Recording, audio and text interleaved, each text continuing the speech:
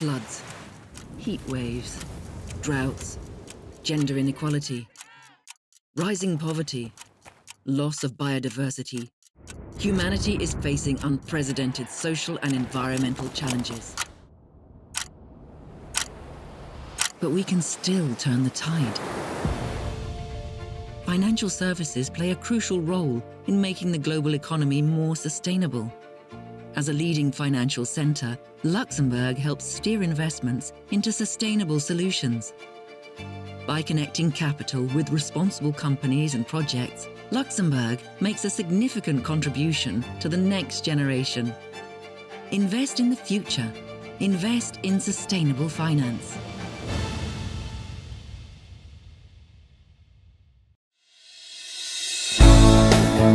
Welcome to the Sustainable Finance Forum, bringing together key sustainable finance experts from across the world to share their views on how finance can shape a sustainable future.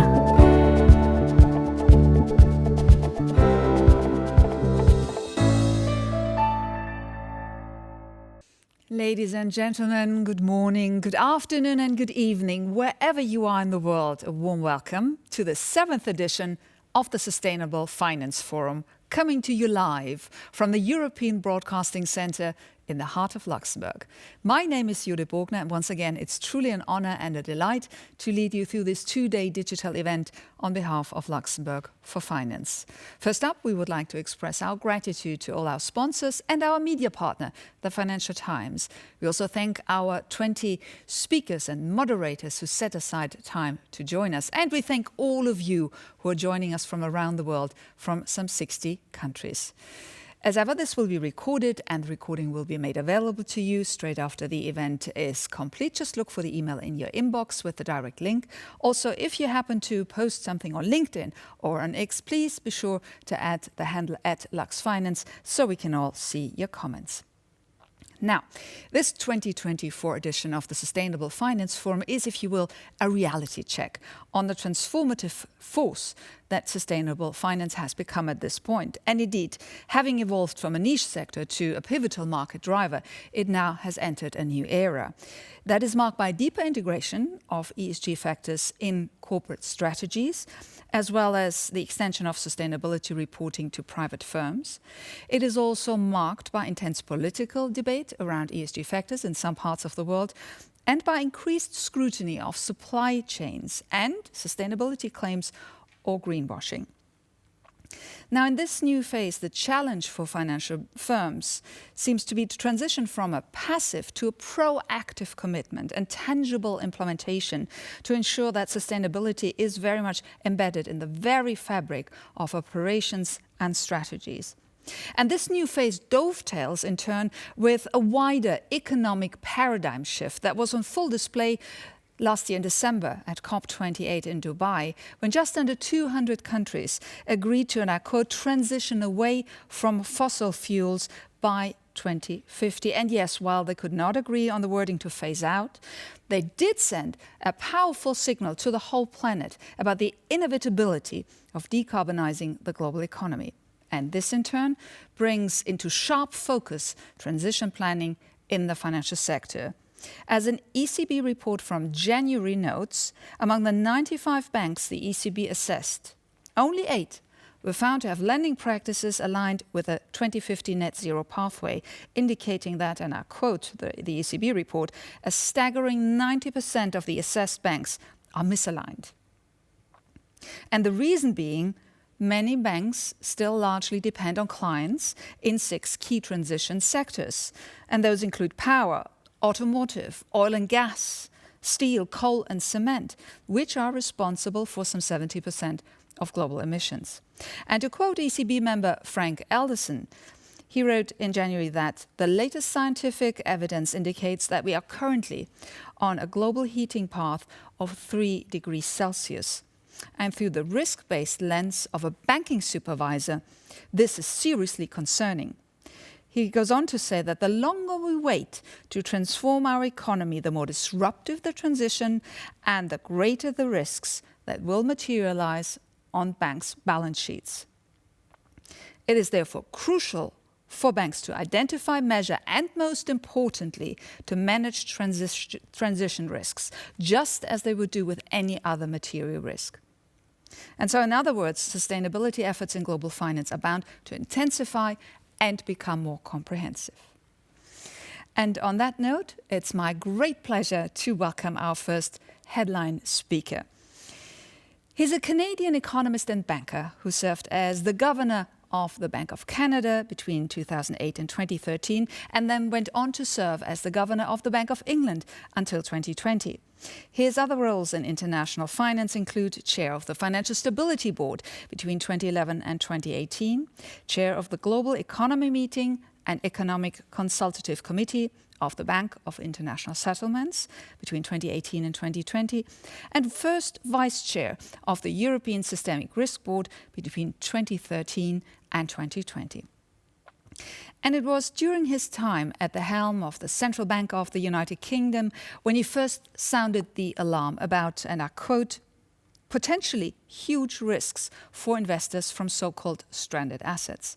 That was in 2015. And since then, he has become a strong, globally recognized voice for sustainability, specifically for the management and reduction of climate risk. Since 2020, he serves as the United Nations Special Envoy for Climate Action, as well as chair and head of transition investing at Brookfield Asset Management. At COP26 in 2021, he became the co-chair of the Glasgow Finance Alliance for Net Zero. And since last year, he also serves as the co-chair of the Industrial Transition Accelerator, which was launched at COP28 and aims to decarbonize those high-emitting sectors. Furthermore, he serves as the chair of the group of 30 leading bankers, economists and central bankers, as chair of Chatham House in the UK, and as chair of Bloomberg LP's Board of Directors. Ladies and gentlemen, please join me in offering a warm welcome to Mark Carney. Mark, the floor is yours.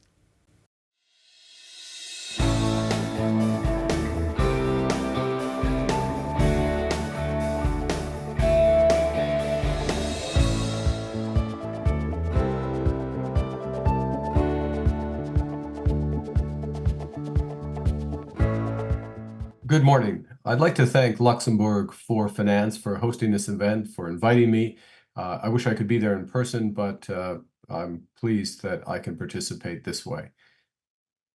I want to start by the bigger picture and observe that we're living in an age of crises in finance, in health, energy, and geopolitics.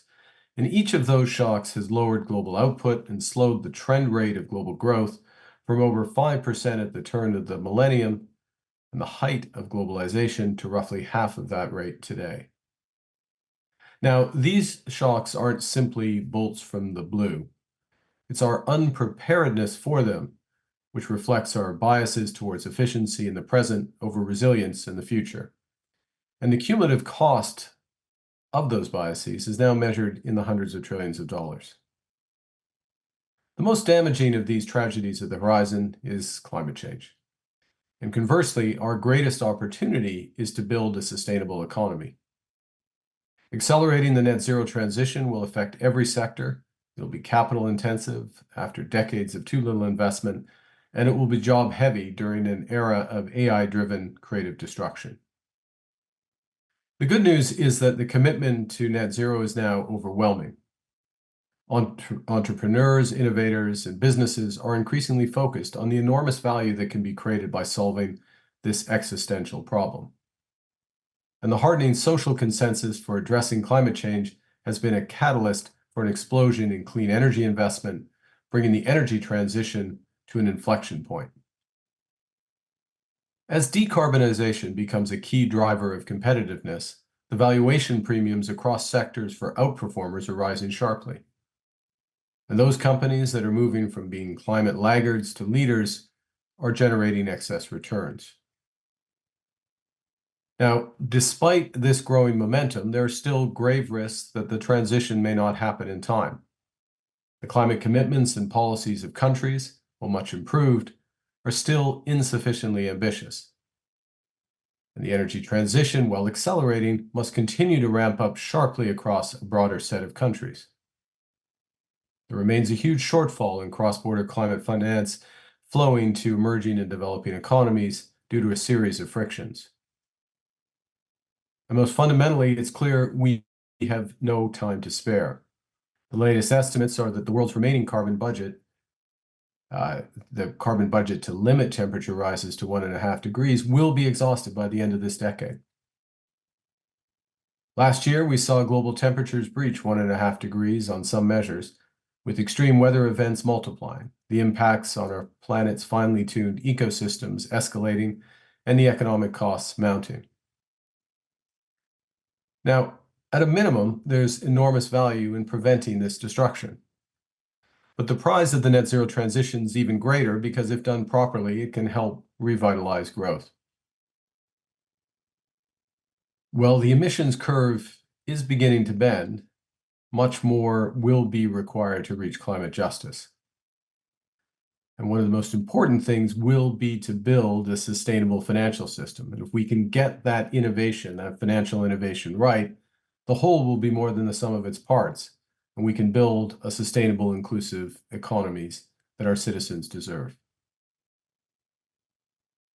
The financial innovation starts with closing 3 gaps on data, action plans, and investment. First, to close the climate data gap, we need consistent, comprehensive, and decision-useful climate disclosure. That's why Mike Bloomberg and I launched the voluntary private sector, TCFD, at the Paris COP 8 years ago.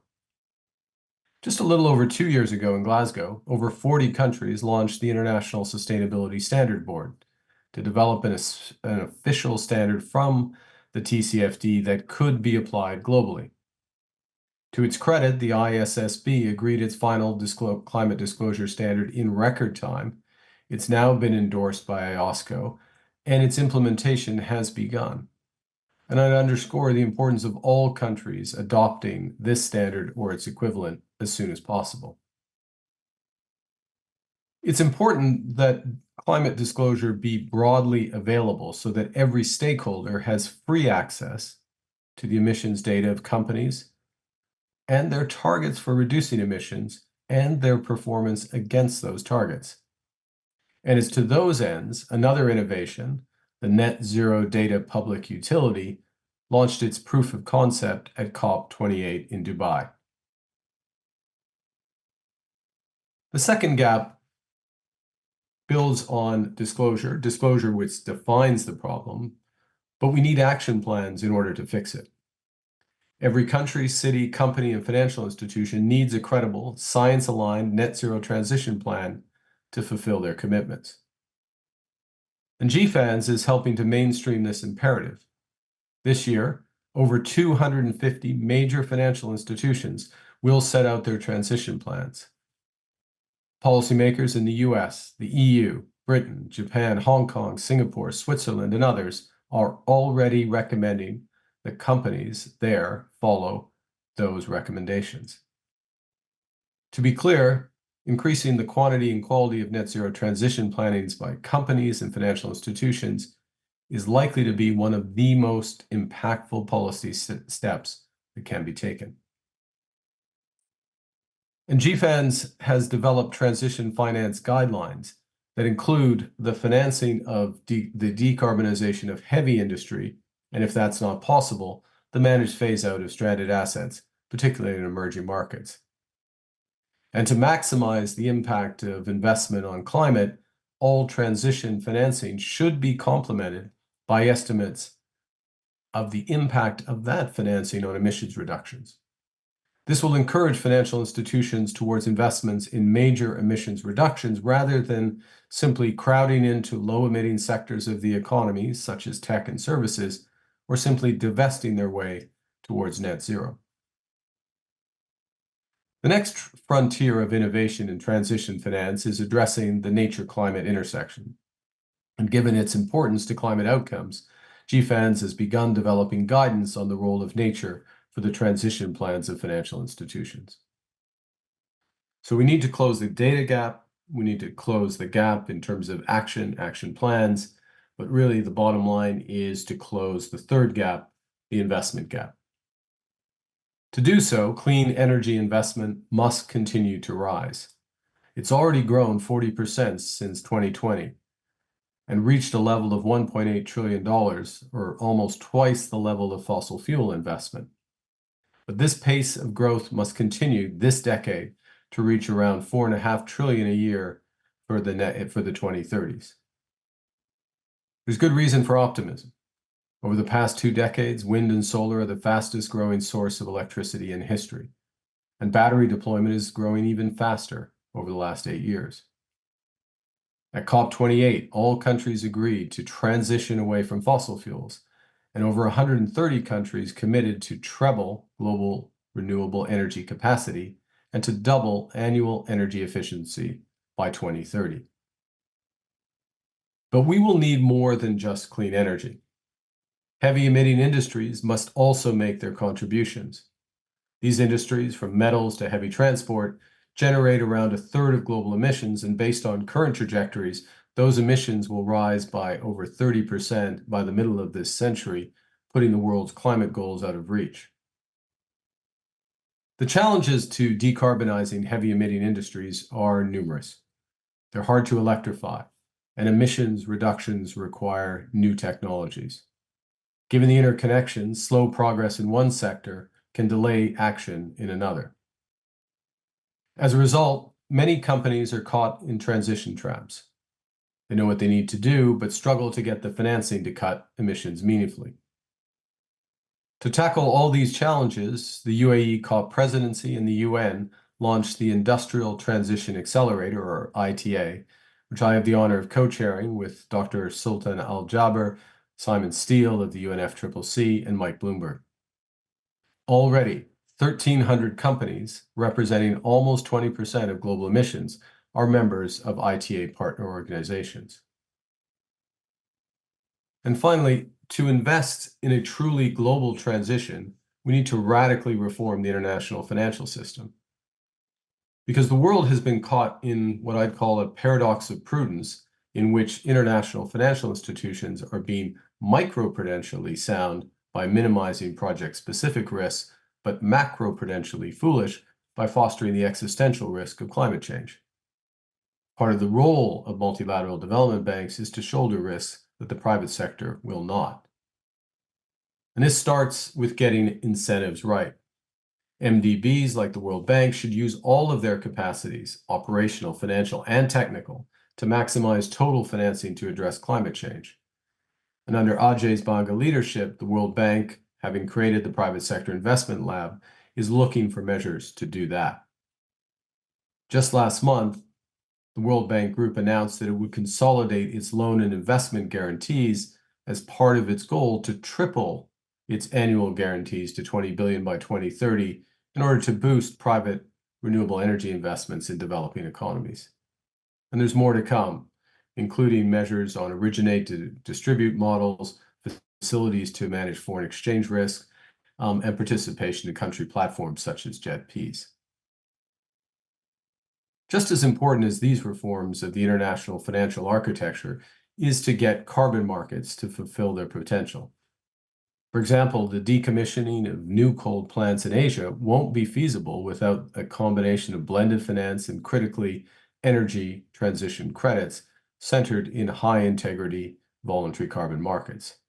That's the brutal math of what it takes to address the challenge of the energy transition. To fulfill these roles, authorities must establish standards for end-to-end integrity in carbon credits, and they can build on valuable work by bodies such as ICVCM for supply integrity, VCMI on demand integrity, and the IOSCO principles, as well as market infrastructure innovations. To conclude, a net zero financial system is essential, but it's also not a panacea. Finance at its best looks forward, and with the right incentives, it brings the future to the present, smoothing adjustment and driving growth. But finance can't do the job on its own. Finance is a catalyst that speeds the underlying transition, but catalysts need those underlying components, which for climate are the power of people demanding change, the policies of governments to incentivize action, and the energy and innovation of entrepreneurs, businesses, and municipalities to deliver it. We can build this financial system in which every decision takes climate change into account, and in doing so, we can help seize our greatest opportunity of building a sustainable economy. Thank you again for inviting me, and I wish you all the best for the discussions. Thank you, Mark Carney, for this tour de force and for laying out the tasks on the journey ahead so succinctly. And I now would like to welcome Luxembourg's very own Minister of Finance to the Sustainable Finance Forum, His Excellency Minister Gilles Roth. Warm welcome to the 7th edition of the Sustainable Finance Forum, and I hand it over to you, Minister.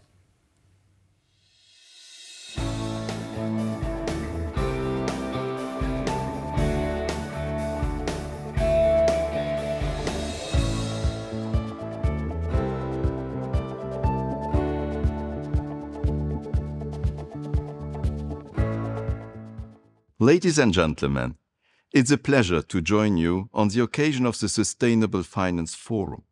Let me also thank UN Special Envoy Mark Carney for his inspiring remarks. While this is already the 7th edition of the Sustainable Finance Forum, it is the first for me since I became Finance Minister. Let me therefore share with you the priorities I have set out for the Ministry of Finance to develop and promote sustainable finance. Today, we stand at a threshold moment globally. The investment gap to reach the UN Sustainable Development Goals by 2030 is $4 trillion. 2030 is only 5.5 years away. We need to collectively act now. Yet to act, we need the right financing, a financing that must come from both the public and private sectors. It is high time to make sustainable finance go mainstream. As a leading international financial center, Luxembourg is uniquely positioned to accompany the global shift. In my new role as finance minister, I embrace the chance to help build a future that is fair and sustainable. Luxembourg has already made a name for itself in sustainable finance thanks to its financial center ecosystem, which includes the Luxembourg Green Exchange as well as its expertise as a global fund center. We are ready to go further. That's why today I'm launching a 10-point action plan for sustainable finance. It provides a blueprint for my ministry's actions over the next 5 years.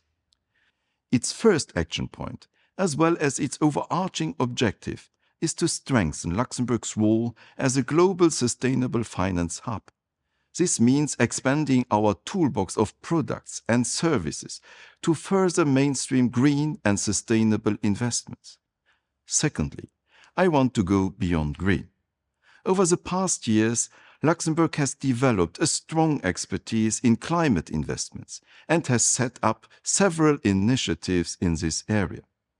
I want to build on these foundations to position Luxembourg in new and emerging areas such as biodiversity and natural capital finance, but also to ensure that the green transition is a just transition. The social and governance dimensions, the S and the G in ESG, are essential components. One particular area of focus in this context is the ambition to become a center of excellence in gender finance. We have just launched 7 working groups under the Ministry's Gender Finance Task Force. We have a dual objective: to increase the representation of women in the financial sector and to leverage our financial center to promote gender-smart investment globally. A further priority remains the mobilization of private capital for sustainability. At the beginning of the year, my ministry joined Switzerland in the SDG Impact Finance Initiative, which aims to raise €1 billion in private investments for low and middle-income countries. We will build and further expand on such private-public partnerships. In a similar spirit, I want to build on Luxembourg's leading role in blended finance to help develop innovative solutions for global impact investments. Via de-risking tools and technical assistance, we want to drive additionality in sustainable finance, both in terms of private capital that is mobilized and the impact that it helps create. However, we cannot hope to achieve our ambitions as a sustainable finance hub without access to the right talent and skills. Therefore, as Finance Minister, I want to support initiatives that help us develop the talents of tomorrow. This includes further developing the chair in sustainable finance at the University of Luxembourg and expanding the offer in research, training, and certification. I'm also convinced that the potential of digitization in sustainable finance remains largely untapped. It is true that fintech has proved hugely successful in promoting financial inclusion and helping to reach the 2.5 billion unbanked people in the world. I want to go further, however, in driving the digitalization of sustainable finance itself to innovate and help improve its impact and efficiency. Together with the Loft, we will therefore soon launch a new acceleration program specifically focused on green fintech. AI, machine learning, and blockchain technology are tools that can help us address the current challenges around ESG investing, as well as sustainability disclosure requirements. Achieving the SDGs and transitioning to a net zero economy are of course global issues. They thus need global solutions. That's why we want to strengthen global connectivity in sustainable finance. We will do so by building international partnerships with other financial hubs as well as international organizations. We want to jointly accelerate new ideas together to make a bigger impact. This is something I raised with the Treasury when I was in the UK a few weeks ago. And I will also discuss this with my Swiss counterpart in Bern next month. Another global challenge we are facing today is how to support the transition of our industries to a net zero world. A lot of recent attention has rightly been placed on channeling investments into renewable energy and clean technologies.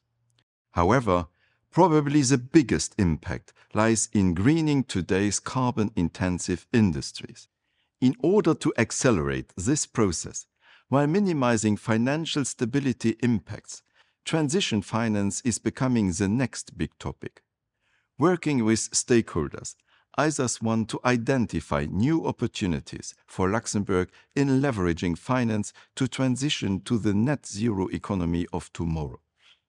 Lastly, the Luxembourg Sustainable Finance Initiative will update its sustainable finance strategy this year. This is a good opportunity to strengthen the LSFI in its role as coordinating entity supporting our financial center on its journey towards increased sustainability. Together with the power of finance, we can change our economies and our world for the better. I look forward to implementing the Ministry's action plan in cooperation with you and other industry stakeholders. Thank you for your attention, your support, and your commitment to a sustainable future. Thank you, Minister Roth, with a new 10-point sustainable finance action plan.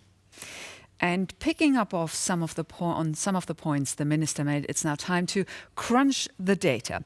For the third time, Luxembourg for Finance has partnered with New Financial in London to assess to what extent green finance has been onboarded by financial firms. And so this latest report is quite aptly called a reality check on Green Finance 2.0. And in that vein, it's my pleasure to welcome back to this audience William Wright, the founder and also Managing Director of New Financial, joining us now from the UK, from London. Well, welcome back, William. It's a pleasure to have you with us once again. Thank you, Judith. It's a pleasure to be with you. Now, William, if you briefly allow a quick look in the rear-view mirror, I recall that the bottom line of last year's report was basically that ESG had very much become embedded in European, if not global markets and banking, finance and capital markets. But you did flag a couple of concerns, and those were, you said, while sustainable finance will grow, the question is, how sustainable can it truly be on the ground? Does it move the needle? And you also flagged the concern about the anti-ESG backlash beginning to show. So I'm curious what you found out this time. I know your team has crunched a lot of data, so I hand it over for a reality check on green finance. Over to you. Thank you. And both of those concerns that I flagged up last year, we're beginning to see them coming through in the data. But good morning, bonjour, guten Morgen. Good morning, ladies and gentlemen, wherever you are. Thank you to Luxembourg for Finance for the invitation to join the Sustainable Finance Forum today. And above all, thank you to LFF and Nicolas Maquel for partnering with New Financial on this second edition of our report on a reality check on green finance. My name is William Wright. I'm the founder and managing director of New Financial, a think tank that makes the case for bigger and better capital markets. So today I'm going to present some brief highlights of our latest report that we're publishing on the size, growth and penetration of green finance, or more specifically, green capital raising in Europe. Thank you to our senior analyst, Christopher Breen, for his excellent work in leading this report. Now, the aim of this report was to cut through a lot of the noise that we've seen over the past few years on green finance and analyze the state of play in green capital raising across Europe in 2023 and over the past 5 years. The report provides, we think, a comprehensive cross-sector benchmark, excuse me, for comparing green finance in different sectors of the capital markets and different regions, and for measuring future growth. So let's start with a summary of the key themes that I'll be looking at today. First, we're going to look at the rapid growth in green capital raising over the past 5 years. Then at the increase in penetration of green finance, or what you might call the greenness of capital markets in Europe. Third, we're going to look at the main sources of green finance, that is, in terms of the split between corporates, financial institutions, and governments, by type of company, and by type of instrument. Fourth, and for the first time in this series of reports, we have a unique country-by-country look at the size and penetration of green finance. And finally, a few metrics that highlight what we see as a mismatch between green finance that is actively seeking to accelerate the transition and not so green finance that is actively delaying it. So let's have a look at the growth in green finance over the past 5 years.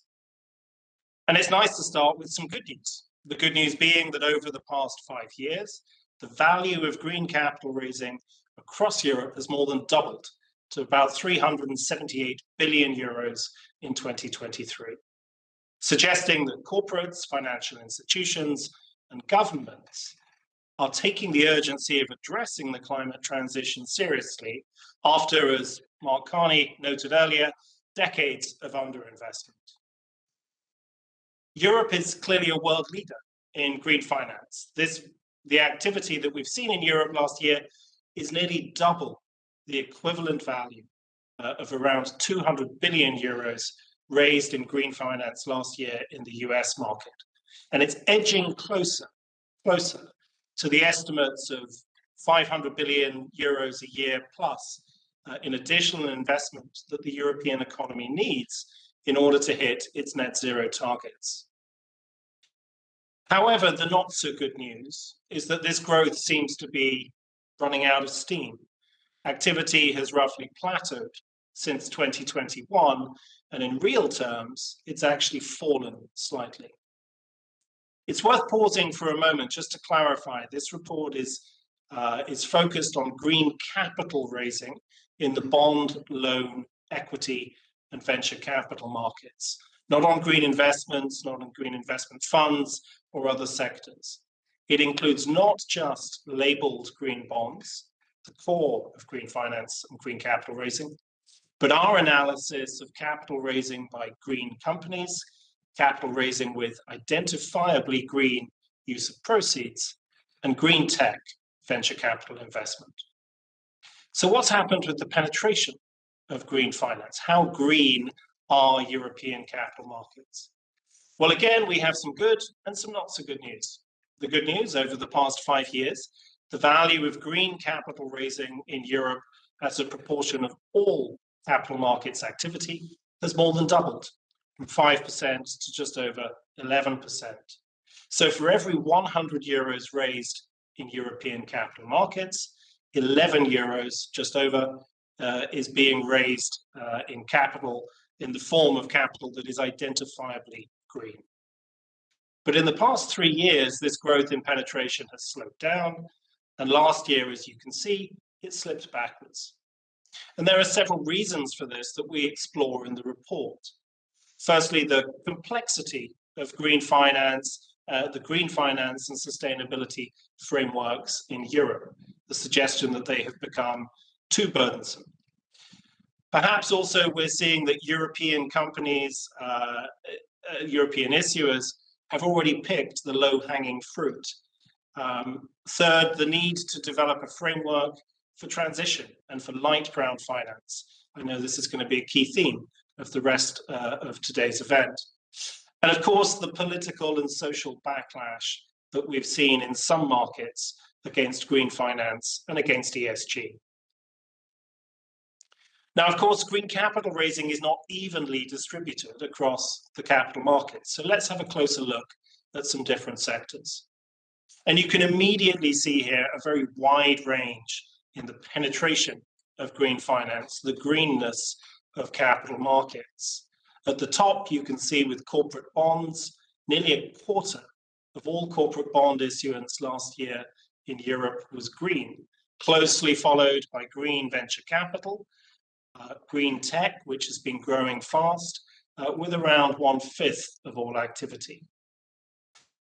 But as you go down towards the bottom of the table, you can see government bond issuance. Just 9% is identifiably green, and in equity capital markets, where there is no consistent green label or definition, you have the lowest penetration of just 6%.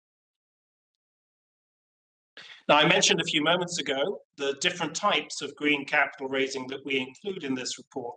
And the important thing is that it's not just about labeled green bonds. It includes our issuer by issuer analysis of what the issuer, the company, does, and a deal by deal analysis of what the capital raised was used for. This chart shows that labeled green bonds consistently account for the majority of green capital raising, with a share of around 70%. But unlabeled activity by good issuers, by green companies with green proceeds, accounts for a significant share as well. And a final observation on the source of green finance in Europe based on the type of issuer.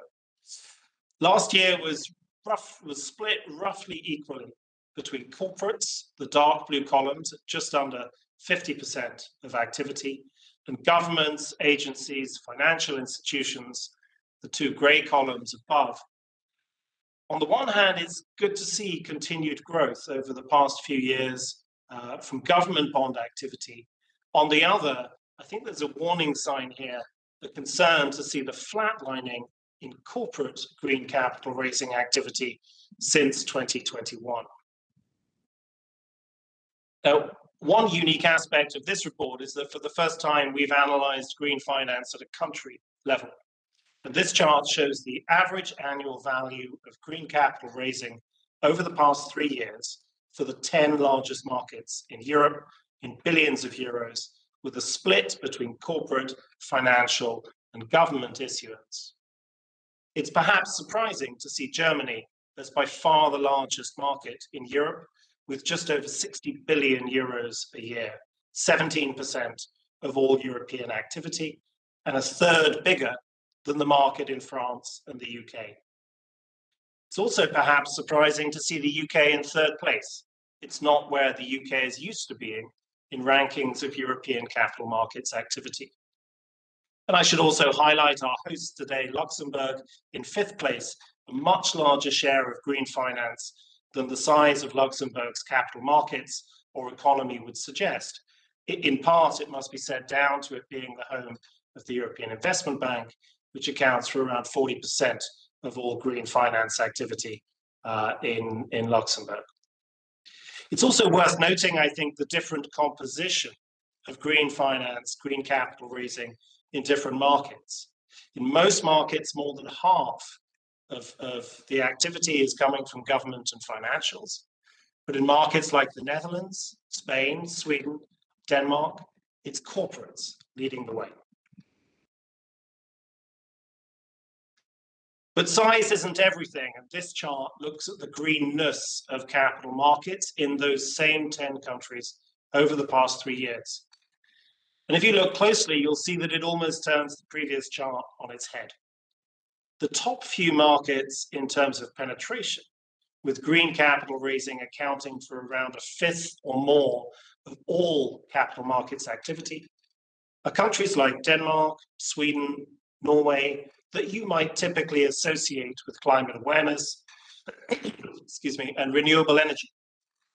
The largest markets by value, Germany, France, and the UK, are much less green overall, which suggests significant scope for growth.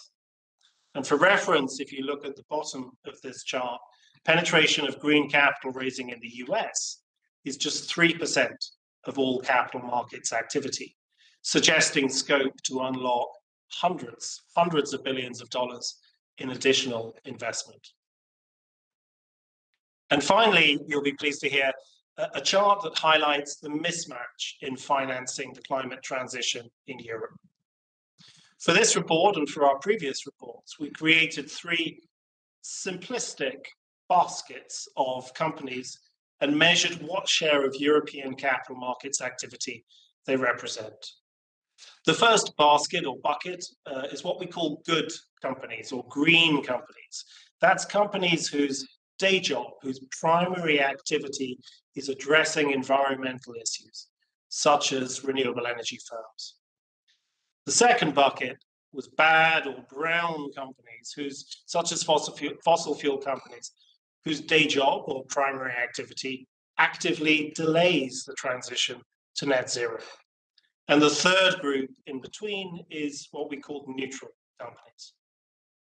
Now, if you look at the pie chart on the left, you can see that good companies, green companies, the blue segment, account for just 6% of all capital markets activity in Europe. Bad companies, the darker gray segment, account for 29% of capital raising. So what this is saying is that for every €1 raised by a good or a green company in Europe to invest in a more sustainable economy, €5 are being raised by a bad company to undermine that transition. Now, there are lots of reasons behind that ratio of 5 to 1, but we think it's a ratio to keep an eye on because it will need to come down in time if Europe is going to hit its targets and transition to a more sustainable future. And in the pie chart on the right, we drill down into how these bad companies raise capital. The blue segment shows that 12% of the money they raise is from green capital raising, which means, of course, that nearly 90% of the money that these companies raise in the capital markets is what we call business as usual financing. Translate this into euros, and you have more than 300 billion euros a year in business as usual financing for bad companies. That's not far short of double the 180 billion a year that we saw earlier in green capital raising by all companies across Europe. So that's a quick summary of the main themes from the report. From an environmental perspective, I shouldn't really say that it's a goldmine of information, but let's say instead that we think it's a deep and self-replenishing reservoir of analysis and information on the state of green finance in Europe and some of the challenges ahead. The report is available on our website and on the Luxembourg for Finance website. Thank you for your time today. Thank you, William. Truly a reality check and a mirror in regards to climate commitment versus action. And it chimes, it mirrors what I said earlier at the top about the ECB report from January, speaking of a misalignment in regards to net zero pathways and the risks, the transition risks sitting on banks' balance sheets. But going back to what you said about brown companies, such as fossil fuel companies, still investing a lot of capital in business as usual, something that Carney also highlighted. So how can Europe encourage those companies to embrace transition finance and become greener, if you will? I think that's the multi-trillion euro question, Judith. As I mentioned, I think with the plateauing in activity in identifiably green finance, I think part of what we're seeing here is the easy win, or taking the easy wins, and the next big battle, if you will, is going to be driving transition finance, light brown finance, as an essential part of the transition. And I think there are three big challenges.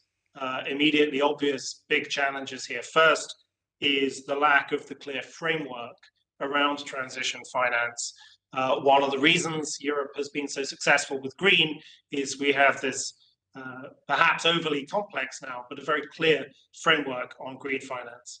Secondly, there's inconsistency in the data and in the transition plans and in the approach of different corporates to those transition plans. Which I think in turn leads, thirdly, to a lack of trust among investors, that certain companies are really taking the transition as seriously as they say, and the extent to which transition plans are being embedded into the company's strategy and day-to-day operations, rather than merely being embedded into their marketing literature. So, quick outlook, where does green finance go from here? One would hope that the slowdown in growth that we've seen in the past few years will reverse, and we'll see a pickup again. I think the big challenge really is going to be a political one. We have European elections obviously coming up soon, and significant elections around the world, not least in the US, later this year. And there are, I think, some concerning signs that the social and political backlash against all things green and ESG could gather momentum. And I think that could be the defining factor in the coming years as to the future of green finance in Europe. Thank you so much, William Wright there from New Financial. And as William just said, the report, and I recommend you read it, is available to read for free on the website of New Financial and Luxembourg for Finance. But don't run away just yet, because we'll carry on. Thank you, William. I'll let you go there. We'll carry on with the themes that we've already touched upon. Carney and also William there spoke about the need to clean up those high-emitting sectors. That goes back to the question, to divest or to engage. Now, proponents of divestment argue that divesting creates moral pressure and galvanizes public opinion to walk the talk on climate commitments. But offloading carbon-intensive assets can also mean these assets end up in the hand of those owners that face less environmental scrutiny. And to borrow the words of Bill Gates, divestment to date probably has reduced about 0 tons of emissions. And he said those words in 2017, just after the Paris Agreement was signed. And it was around that time that asset owners and asset managers got together in voluntary alliances to engage with companies, to encourage them to reduce their emissions and be transparent about reporting them. Now, there are two examples that were very much showing the path ahead. The Transition Pathway Initiative, formed in 2017, and then in 2018, the Climate Action 100+ initiative kicked off. And further voluntary alliances followed that. You hear often spoken about the Net Zero Banking Alliance, the Net Zero Insurance Alliance, all seeking to create momentum in global finance for bringing down emissions from lending and those investment portfolios towards net zero by 2050. That said, recently, since last year. Some big financial players have left those alliances, while others, big proponents of engagement, have chosen to divest their fossil fuel assets. So what is going on? Our first panel will bring us up to speed where financial firms are at with their engagement and stewardship strategies. And as moderator for this panel, I have the pleasure to welcome back a familiar face for this audience, Harriet Agnew, asset management editor over at the Financial Times. Warm welcome to you, Harriet, and I hand it over to you and your panel.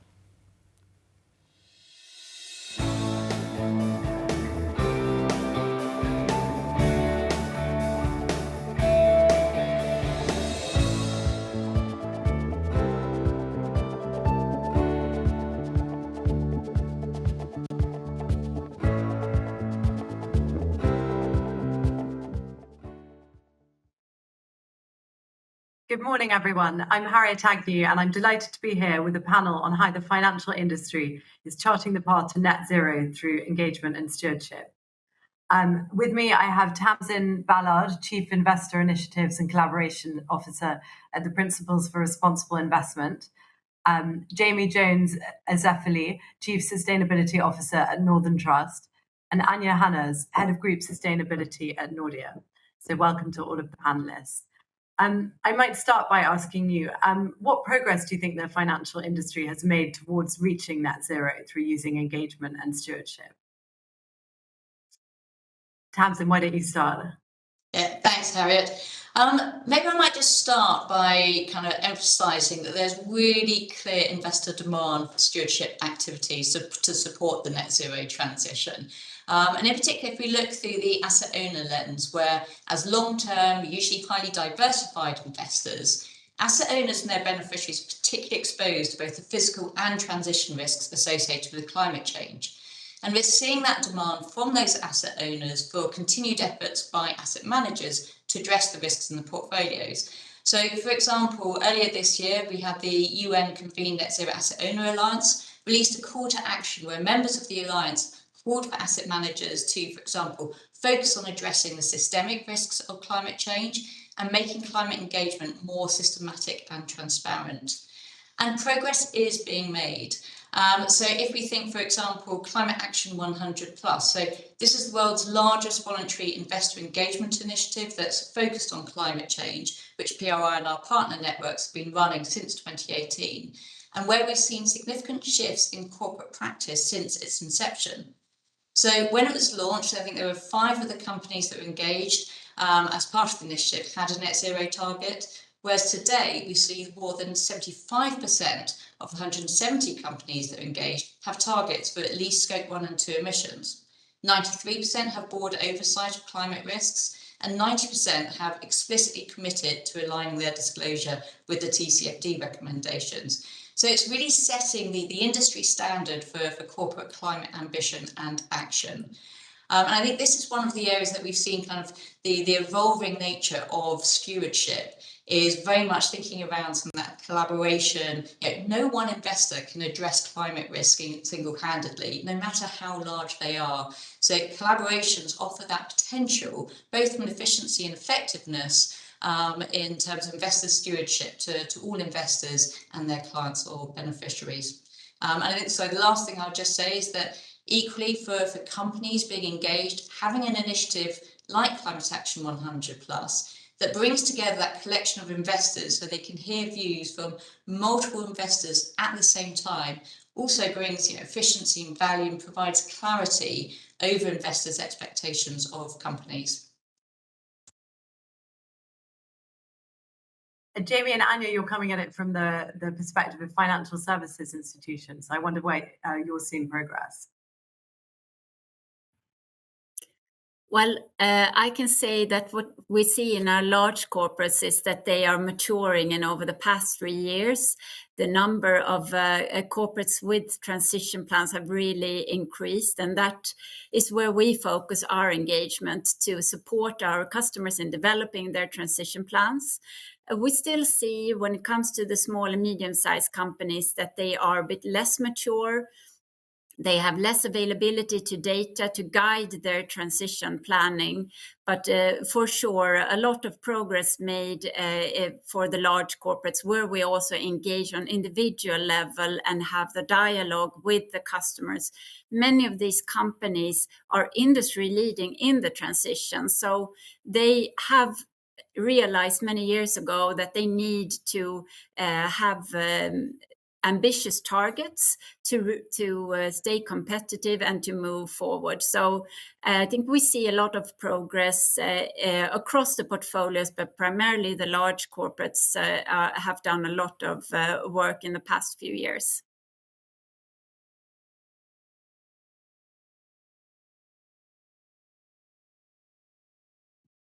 I think the only thing I would add here is that we continue to develop our transition plan from the corporate level, making sure that we are looking at all aspects of our business, from wealth management, our asset management, and our asset servicing business. We're not deviating from those plans to develop our transition plan that's going to look at the risk and opportunities for the organization as a whole. Now, Tamsin, there have been some high-profile departures from the Climate Action 100+ initiative. Among them, JP Morgan Asset Management and State Street Global Advisors have pulled out, and BlackRock also pulled out as a corporate member and transferred its participation to a smaller international arm. So I just wondered, I mean, what does this mean for the initiative, and what does it not mean? And how do you measure success going forward? Thanks, Harriet. Look, just to start by just recognising that investors may choose to leave collaborative initiatives for a number of different reasons, and very much respect their right to do so. And while, as you note, a few investors have recently left Climate Action 100+, there are hundreds of investor signatories who remain committed to the aims of the initiative. From our perspective, from PRI, we remain absolutely convinced that collaboration is critical to achieving progress. And actually, we've seen clearly through public statements following these recent departures from a number of asset owners, for example, New York City, CalPERS, Church Commissioners, Church of England Pensions Boards, showing that asset owners still have an expectation for managers to consider and manage the risks engendered by climate change, and that actually an effective stewardship programme is very much aligned with these expectations. The fundamental principle that really underpins Climate Action 100+ is that climate risk is financial risk. So actively managing climate-related risk is absolutely consistent with managing any other financial risks. So investors participating in Climate Action 100+ do so to manage those risks and those opportunities, and very much around preserving the long-term shareholder value for their clients and beneficiaries, again, very much in line with their fiduciary duties.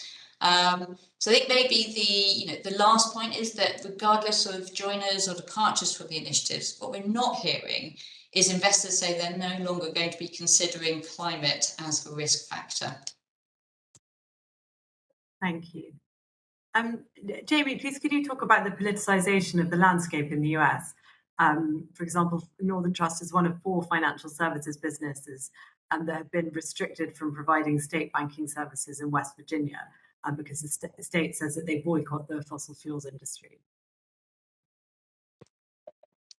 Yes, we are in a challenging environment here in the U.S. We've been subject to becoming on restricted lists, not just in the state of West Virginia, but also in Texas and Oklahoma.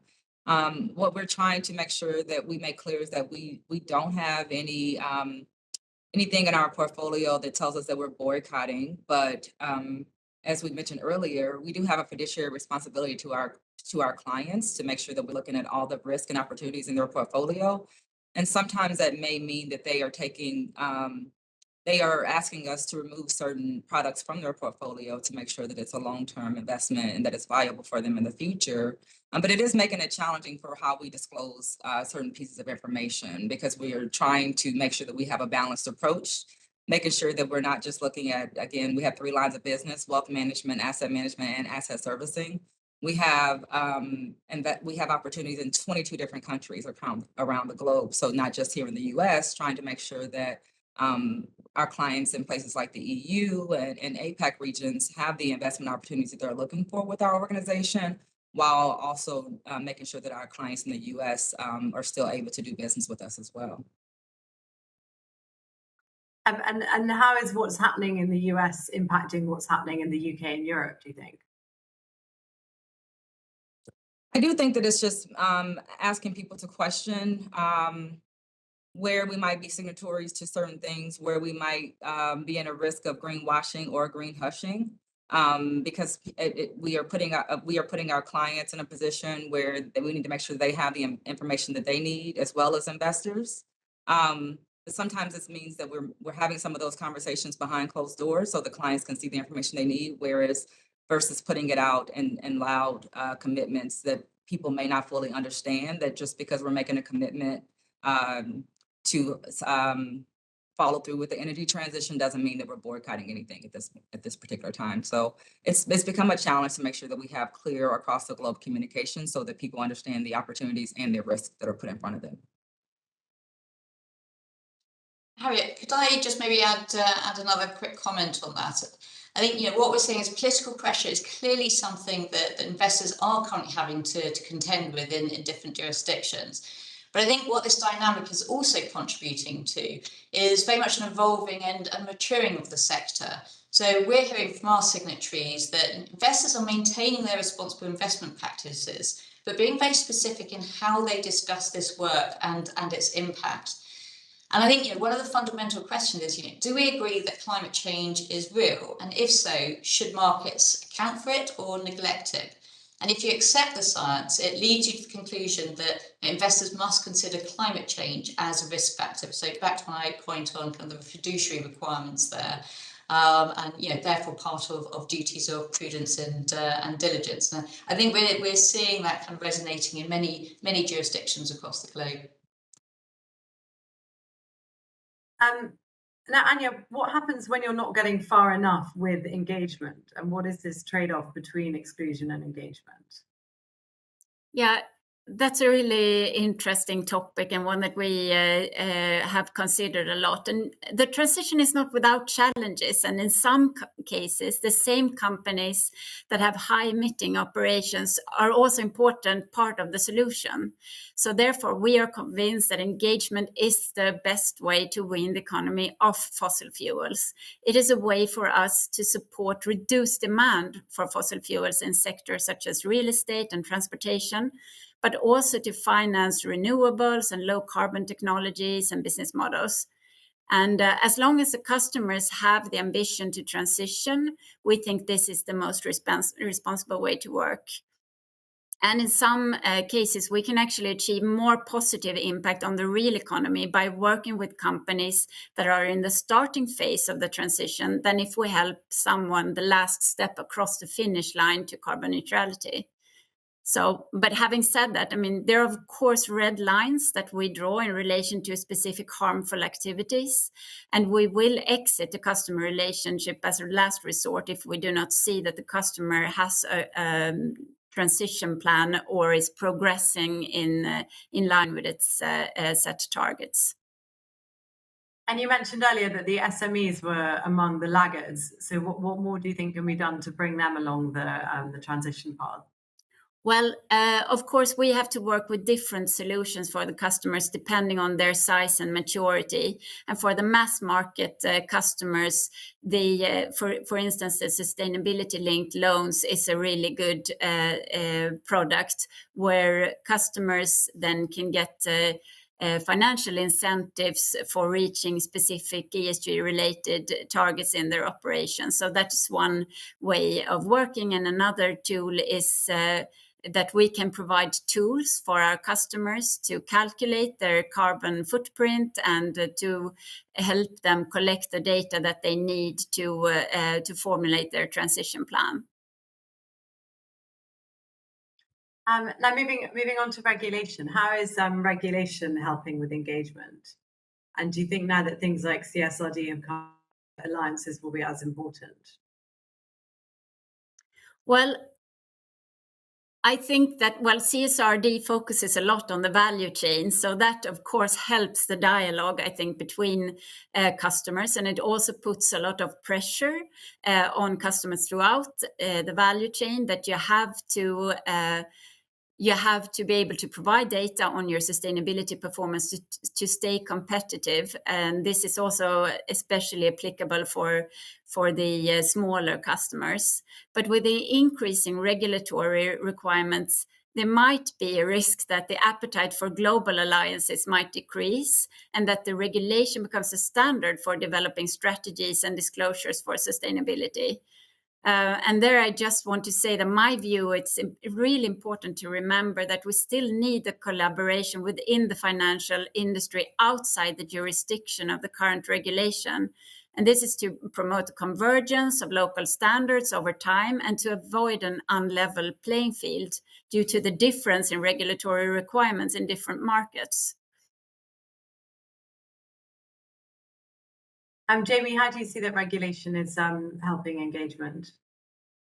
I agree. I think that regulation will allow us to be more consistent in what we're disclosing and allow us to have some backing on some of the information that we are disclosing. So I'll give an example. CSRD will require firms to develop a transition plan. And so now that that's required, we'll have some of the leverage that we need to talk through some of the things in our transition plan here and other parts of the globe, because we're now required to disclose that information and disclose it in a consistent way that gives both investors and other stakeholders the information they need to make those investment decisions or decisions for on behalf of their clients.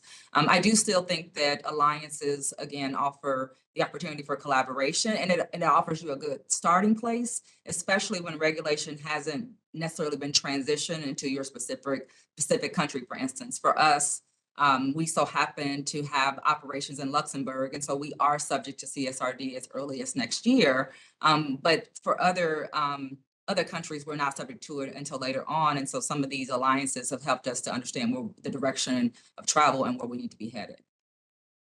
And if I can just add there, I fully agree with that. I think that the alliances are a way to share experiences in a safe environment and to inspire each other so that we can aim for leading performance rather than just a regulatory compliance. Harriet, maybe if I can just jump in as well, I'm very much to agree with both Jamie and Anja on this. I think it's important to recognise that policy change, that enabling environment, is so absolutely critical for what investors need to achieve in terms of the net zero transition. So kind of absolutely welcome the changes that we're seeing. I think actually, the evolution of the regulatory space actually supports the work of the Alliance and helps the efforts from investors.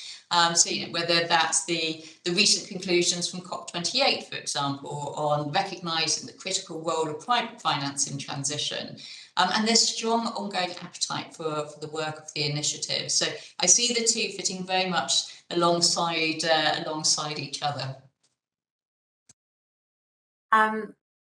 Now we might just spend a couple of minutes looking at where you will see opportunities in transition finance right now. Anja, why don't you start? Yeah, I can start. Well, as we've talked about already, our customers are in different phases of the transition. So we therefore think that transition finance is, of course, super in focus. And within the sectors where we have the largest exposures, we see that the regulatory and technological development are the strongest drivers of change. So climate-related policy is developing fast in the Nordics, and this may result in major investments for corporates to comply with new regulation. But there is also a technological push for low carbon fuels, for instance, infrastructure, carbon capture technologies, etc., that drive investment needs. And in the real estate sector, for example, we see that the need for energy efficiency renovations will contribute to the need for financing.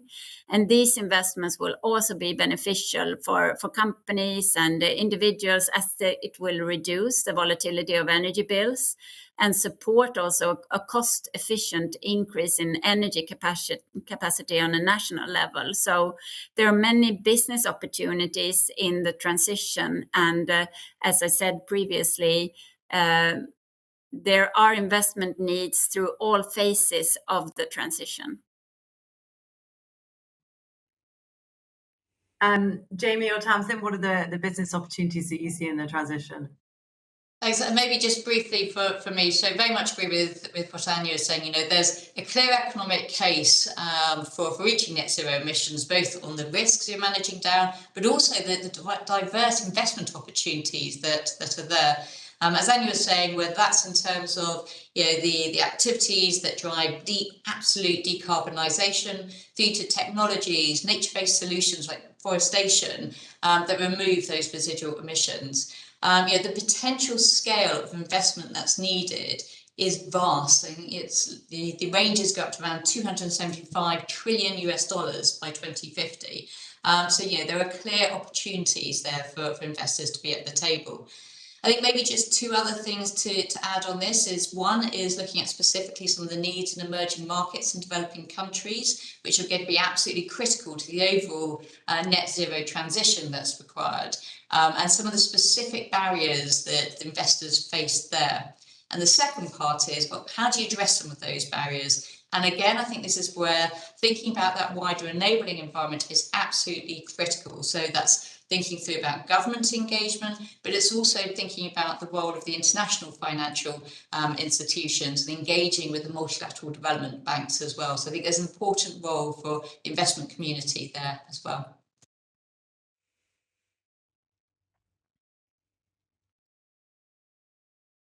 Jamie, was there anything you wanted to add there? I agree. I think that the technology and the regulation are probably some of the biggest opportunities for us, and that we have to continue to drive those things forward. For us, as we think about how we get to net zero, technology will be a huge factor in how we're making those investments, how we're looking at what we use, who we do business with as it pertains to things like renewable energy. As we're thinking about organizations to support us through carbon neutral, we're not looking to just at organizations that are just going to make this a real simple opportunity for us. We're trying to make sure that we're investing in opportunities for the long term. Well, I'm afraid that's all that we've got time for. So thank you all for taking part this morning, and back to Judith in the studio. Thank you, Harriet, and also thank you to your fantastic panel for this rich conversation, which carries us nicely into the next topic, where we'll look at the client perspective on sustainable investment. Now, in previous debates at this event, it has been acknowledged repeatedly that growing climate interest in sustainable investing has been one of the drivers of sustainable finance. So how has the market been responding to this growing climate demand? How do clients maybe perceive the trade-off impact versus revenue? And how are clients affected by this growing complexity in regards to sustainable finance regulation in different parts of the world and the plethora of taxonomies we see developing in different regions? The Climate Bond Initiative, just to give you a data point, estimates that at this point in time, there are some 40 taxonomies around the globe. So our next panel will seek to address these questions and more. And as moderator for this panel, I have the pleasure to welcome a seasoned private banker with more than 24 years of global experience under her belt. Since 2012, her focus is very much sustainability and impact investing. Most recently, she led the sustainability and impact in investing effort at Credit Suisse Investment Management. Since 2020, she serves as head of ESG at Pictet Wealth Management. She's also a TEDx speaker on impact investing and vice president of the Expert Commission Sustainable Finance of the Swiss Banking Association. Now, her journey from economics student who felt inspired by the movie Wall Street to join the world of finance to passionate champion for positive impact is also featured in a new book that was just released in March with the title Standing Up for the Planet, 45 Stories of Extraordinary Women Who Are Changing the World. Please join me in offering a warm welcome to Rosa Sangiorgio, joining us now from Zurich. Rosa, good to have you with us, and I hand it over to you and your panel.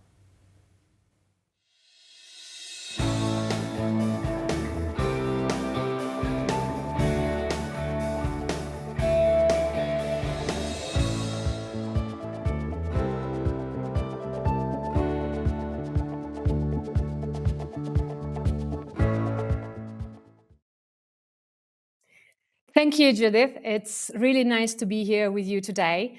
and happy to be here with my colleagues Linda Freiner and Tim Ashby.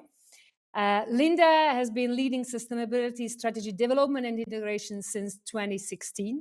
She's Zurich Insurance Chief Sustainability Officer, a member of Zurich leadership team, and a board member of the UNP FI Principles for Sustainable Finance.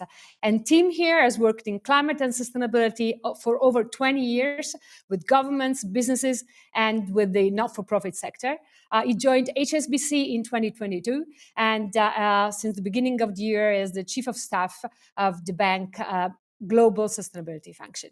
Now, as briefly mentioned by Judith, we would like in the next 20 minutes to explore sustainability and client expectations for financial institutions. Now, sustainability is a very broad word. Everyone uses it in his own way. And we all agree with the overall definition that was already brought to the table by the Brundtland report in 1987, that sustainable development is the development that meets the needs of the present without compromising the ability of future generations to meet their own needs. So we all agree on this. Unfortunately, the implementation of this across sectors includes very different aspects.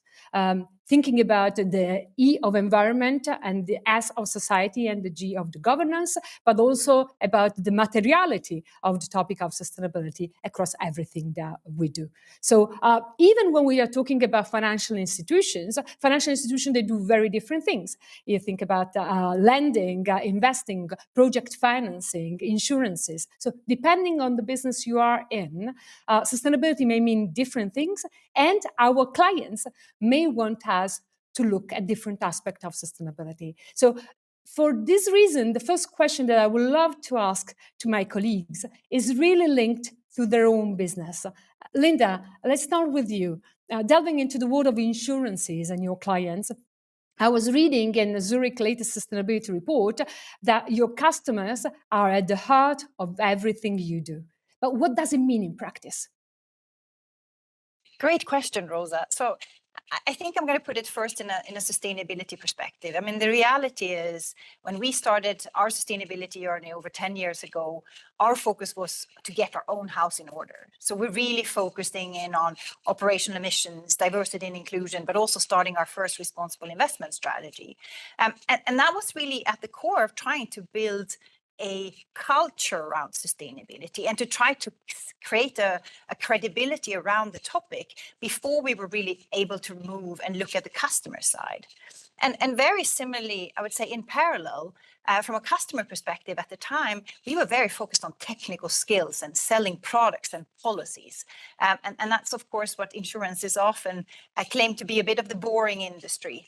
And the customer is really not at the center of the decision making because we live through a distribution model. So on our retail side, we sell most of our products through agents, and on the commercial side, we sell products through the broker networks. But in 2016, we really tried to define what kind of experience do we want to offer to our customers and how do we fully embed a customer focus into our business. And that was really a journey we had to go through. And only back in 2022, we sat down and said, now we're ready. Now we're really ready to say, well, actually, we need to put customer sustainability in the center of our sustainability approach. And that was really what the organization was ready for. And when we talk about customer sustainability, it's really about finding ways to increase the understanding of our customer needs in order to serve them better in terms of growing our range of sustainable products and services and supporting our policyholders in their transition, whether it's a net zero climate transition or whether it's a health transition on the retail side. So we, of course, as both a commercial and a retail insurance company, we work in different streams. So on the commercial side, it's very much about becoming a trusted partner to our customers and trying to support them to better manage the risk exposure and to strengthen their resilience.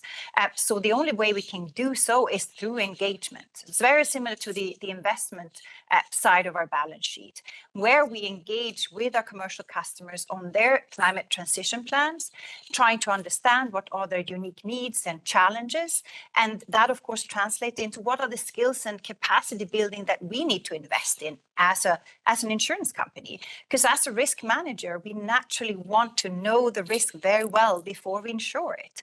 And the reality is, of course, in the sustainability world, the transition is happening very fast, and there's a lot of new types of technologies and approaches that we need to learn. And similarly, on the retail side, it's less because of a product development, because a car insurance will remain a car insurance, a house insurance will remain a house insurance. But the reality is that the product itself that we are insuring, whether it's building houses in a different way or building cars in a different way, will of course also have an impact on our product. So by putting the customer at the heart of our sustainability approach, we can really be there to serve them in their challenging needs. Very interesting, Linda, very interesting. And I love this, the journey, from first we put our house in order, and then we actually, with our experience, we can then better help our customer, first by listening, what do they need, and then providing them potentially the best practices to move forward. Very, very interesting journey. Now, if I go to Tim, obviously, in HSBC, you may have a slightly different perspective of what you do. As we were mentioning, in the financial industry, we do so many very different things. So you published a very ambitious net zero transition plan. And I noticed that there was one dedicated chapter putting customers at the heart of that net zero ambition. I would love to hear more. Lovely, thank you for that. And actually, I'll just pick up that point around putting your own house in order. It's a really important part of that. We set a target to be net zero in our own operations by 2030. And that's a really important part of being credible in this space. As you say, we set out our first net zero transition plan last year, and that provides an overview of our approach to net zero and the actions that we're taking to help meet our ambition. We set out this ambition to be net zero in the run up to COP26 in Glasgow in 2021. And that was a really important kind of moment for us. We've been engaged in the sustainability agenda for many decades now, as you say. The agenda goes back to the 1970s. But what does that actually mean for a bank like HSBC? I think I would want to sort of think about three key strengths and capabilities, things that we think are really important and particular to us as a global bank. I think the first one is around transitioning industry. There's a need to address underinvestment in clean technologies that are key to transitioning industry. The second is around catalyzing the new economy, and we want to help unlock a range of climate solutions and business models for that net zero future. And the third is a very particular one for HSBC.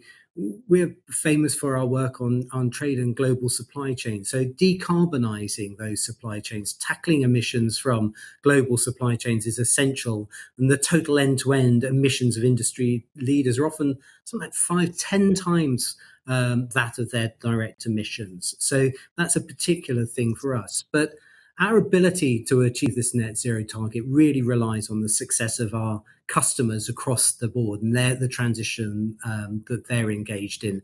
And we support corporate clients, public sector clients, institutional and personal and private banking customers with transition solutions, including finance, risk management solutions, research, insights as part of this. So in the corporate space, we have about 50,000 large and mid-market corporate customers who deliver transition financing and advisory solutions to them. For about 1 million plus SME customers, we help to address gaps in financing and capabilities.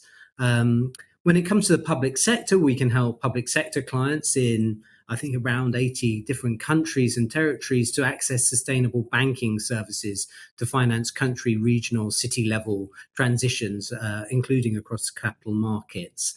With institutional clients, we deliver investment solutions that help those customers to allocate capital towards the new sustainable economy and finance their transition.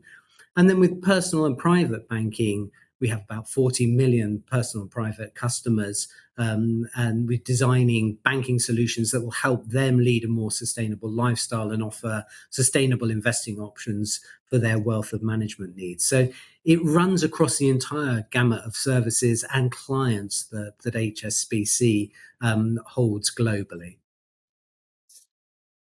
Thank you, Tim. It's fascinating because we often look from one perspective to sustainability, but you beautifully, ironed out the fact that there is not one silver bullet point, but a lot of things that we all have to do together is about transitioning, the industry, all the industry actually that we are active in, is about the new solutions, so the entrepreneurs and the innovators, and is about the full supply chain. So absolutely a lot of things to be done. Now, after hearing from insurance and from the perspective of a global bank, maybe I can chip in with, the perspective of a wealth manager. As a wealth manager, investment-led, we are looking, our job is to partner with our clients across multiple generations and ensure that we preserve their wealth.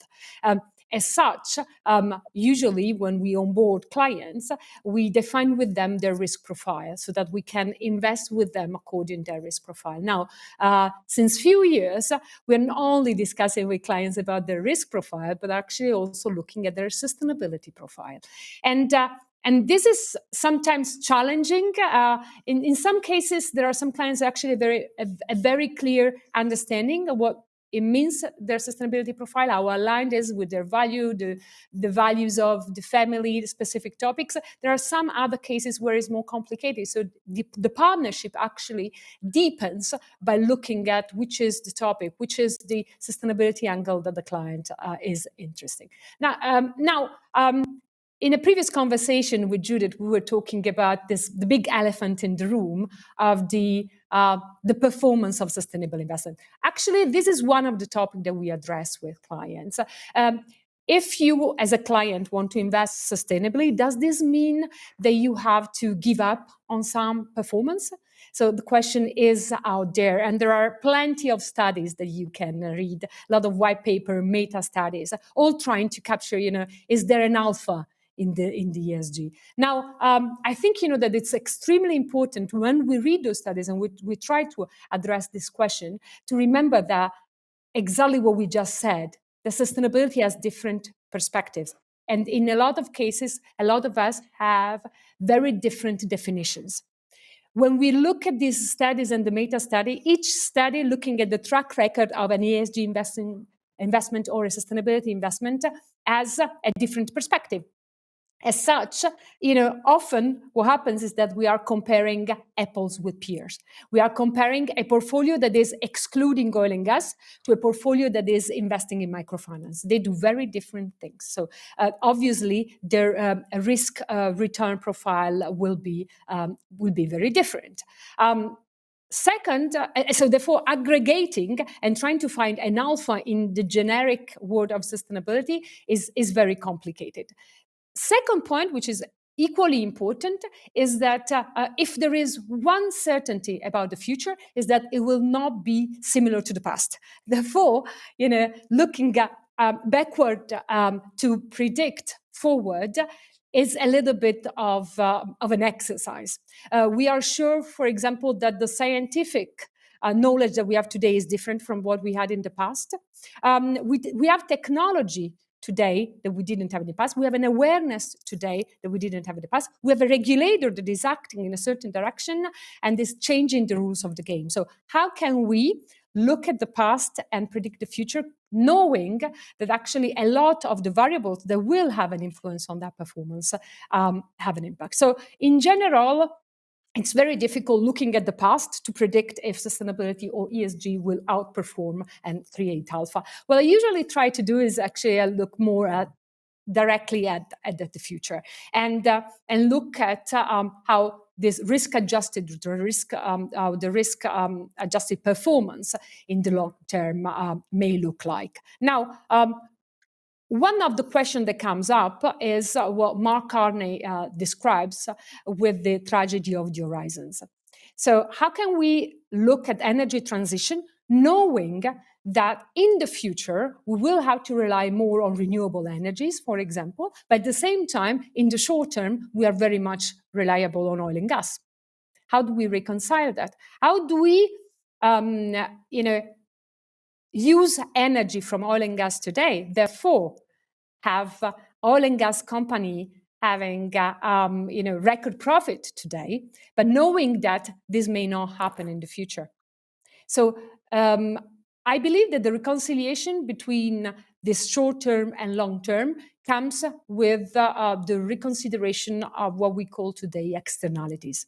Today, a lot of the non-sustainable and allow me for using this word, all the profitability, all the higher return of non-sustainable ventures come from the fact that we do not calculate their costs properly. So there is a lot of externalities. Once that those externalities will be internalized, obviously those balance sheets will look quite different.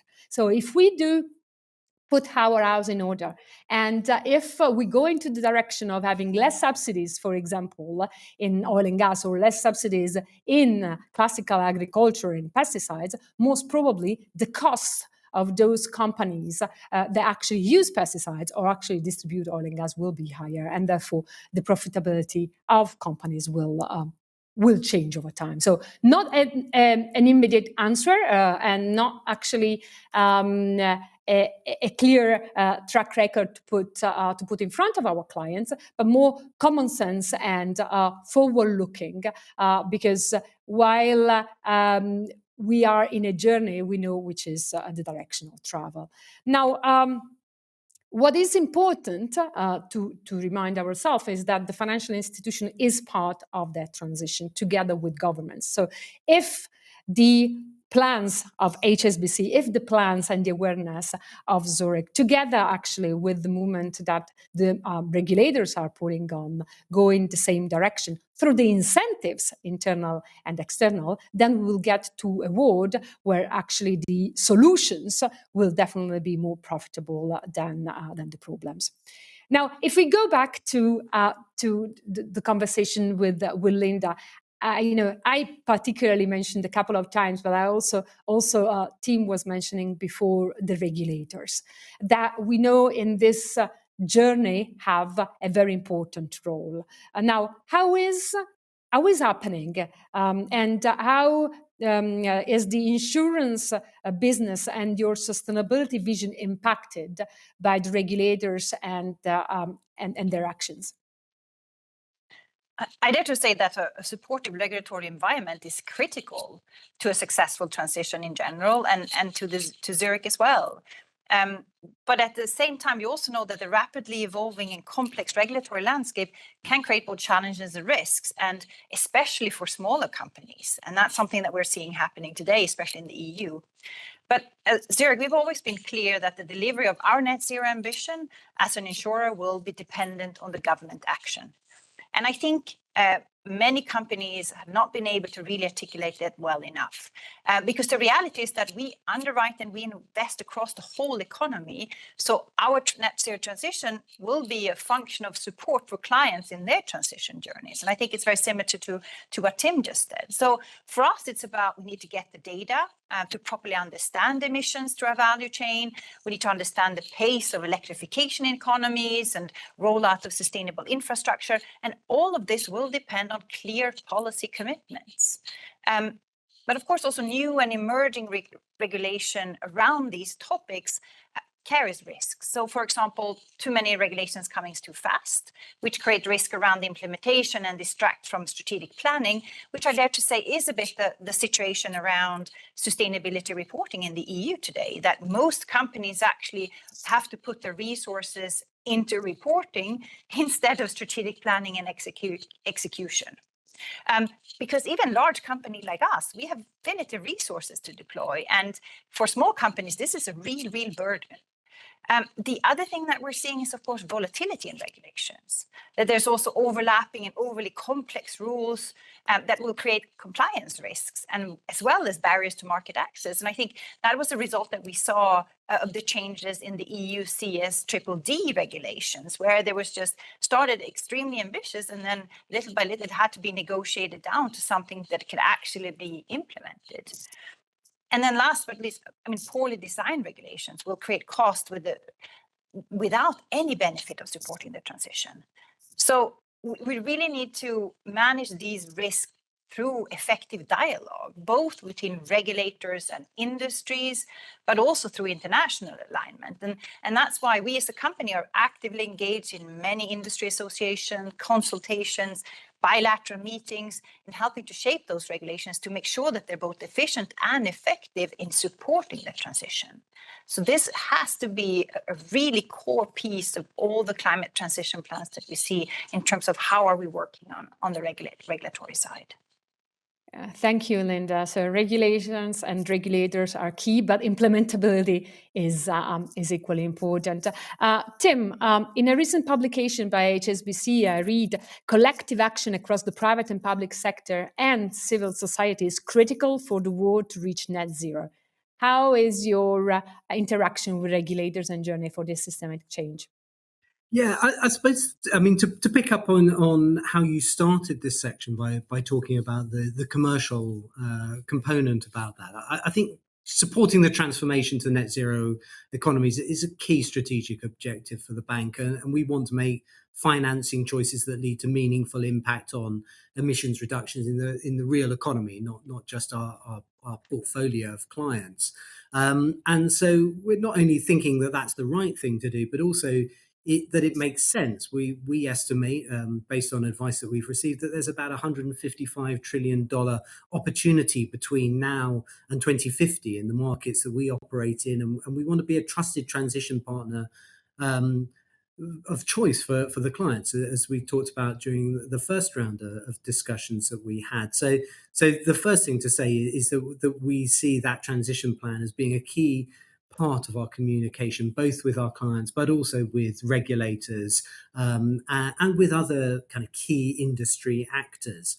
So when we think about sort of collective action across the private and public sector, we talk a lot to the regulators globally. Financial regulators and central banks around the world are establishing regulations and guidance for financial institutions to assess and manage climate risks.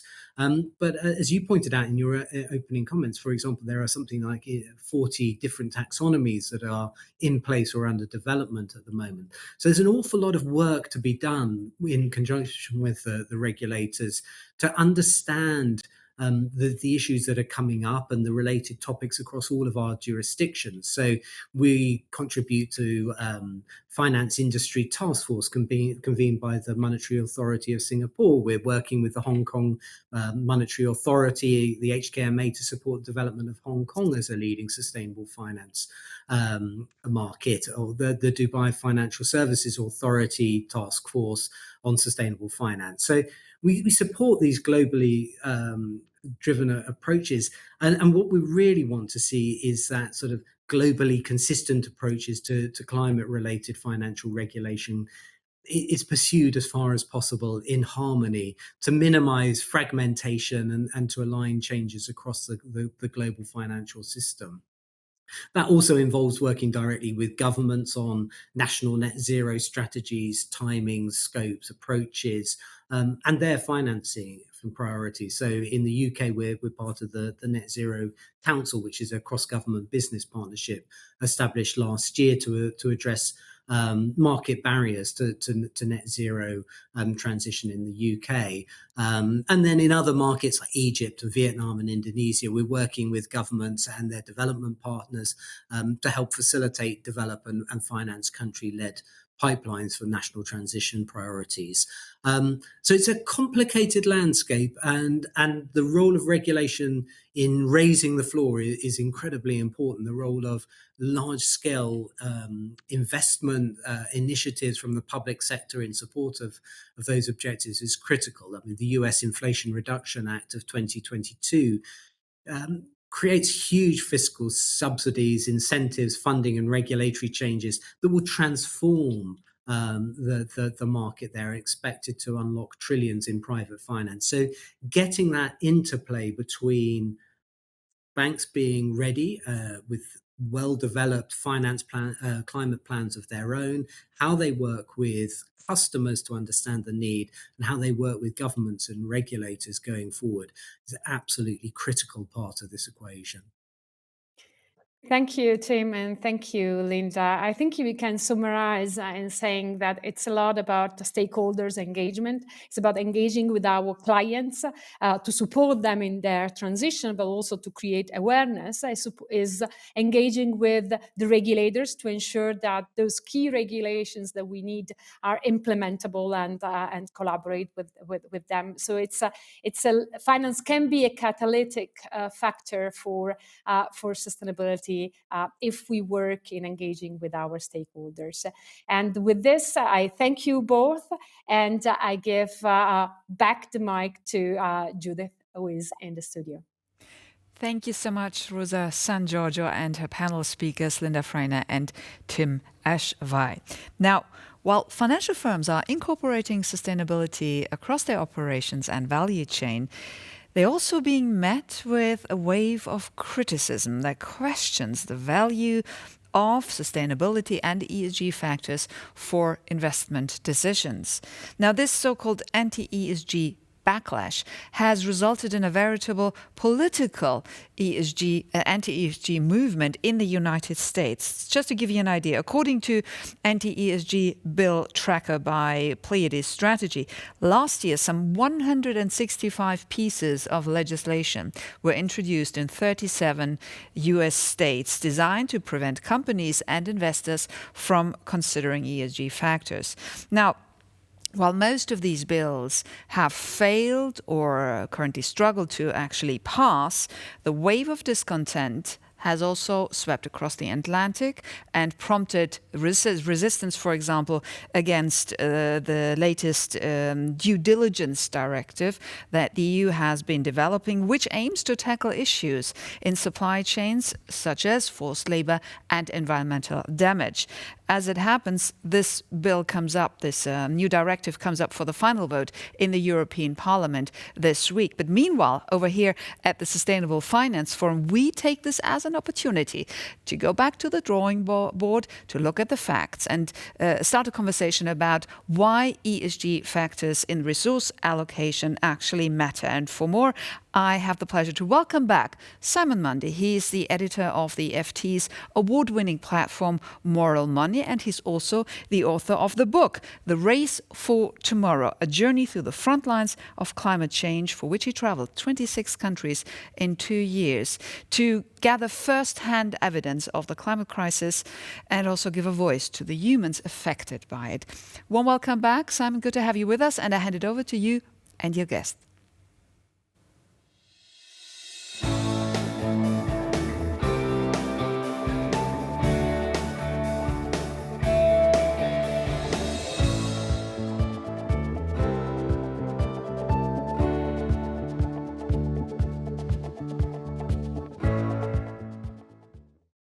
Thank you very much, Judith. Hello, everyone, and a very warm welcome to our very special guest, Shiva Rajgopal, who's the Kester and Byrnes Professor of Accounting at Columbia Business School in New York.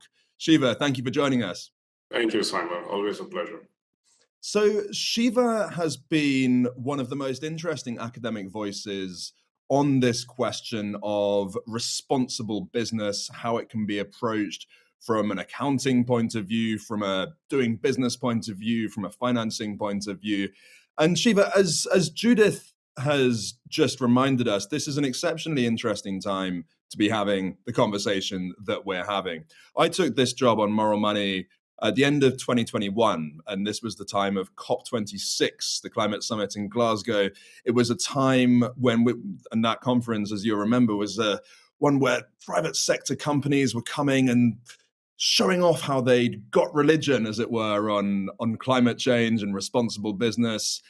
Now they seem to have gone quieter in many cases, and in part, I think that's a response to the political backlash that Judith mentioned. Do you feel that the momentum has gone into reverse, or do you think all this talk about a backlash has become a bit exaggerated? Well, it's election season here, and one has to always keep that in mind. So I think both your statements are true in their own respect. So on the one hand, I think the fundamental issues raised by the so-called ESG movement have not gone away, and they probably will not go away for the next 25, 30 years. And I'm sure we'll get into fleshing that out a little bit.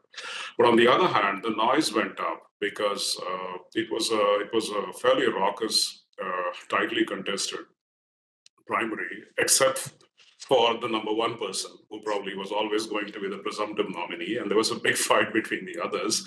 And as I joke, for the first time in history, I think we are seeing two politicians whose primary platform was an esoteric way of investing called ESG, which sometimes even the experts don't understand. And I'm, of course, referring to Ron DeSantis and Vivek Ramaswamy. So, in the age of social media, everything gets amplified. The rhetoric went up. So there are some fundamental reasons as well, because unlike Europe, I think in the US, a lot of individuals are actually shareholders. So this spills over pretty well into the political arena. Whereas in Europe, I'm guessing most of the investors are actually institutions. So, the backlash to some extent was expected. Why? Because I think, as you rightly say, this is a great time to be talking about the intersection of value and values. I often think of a Venn diagram where there's an intersection set, and then there's value as in the classic shareholder sense, and then there's values as in the social externality sense.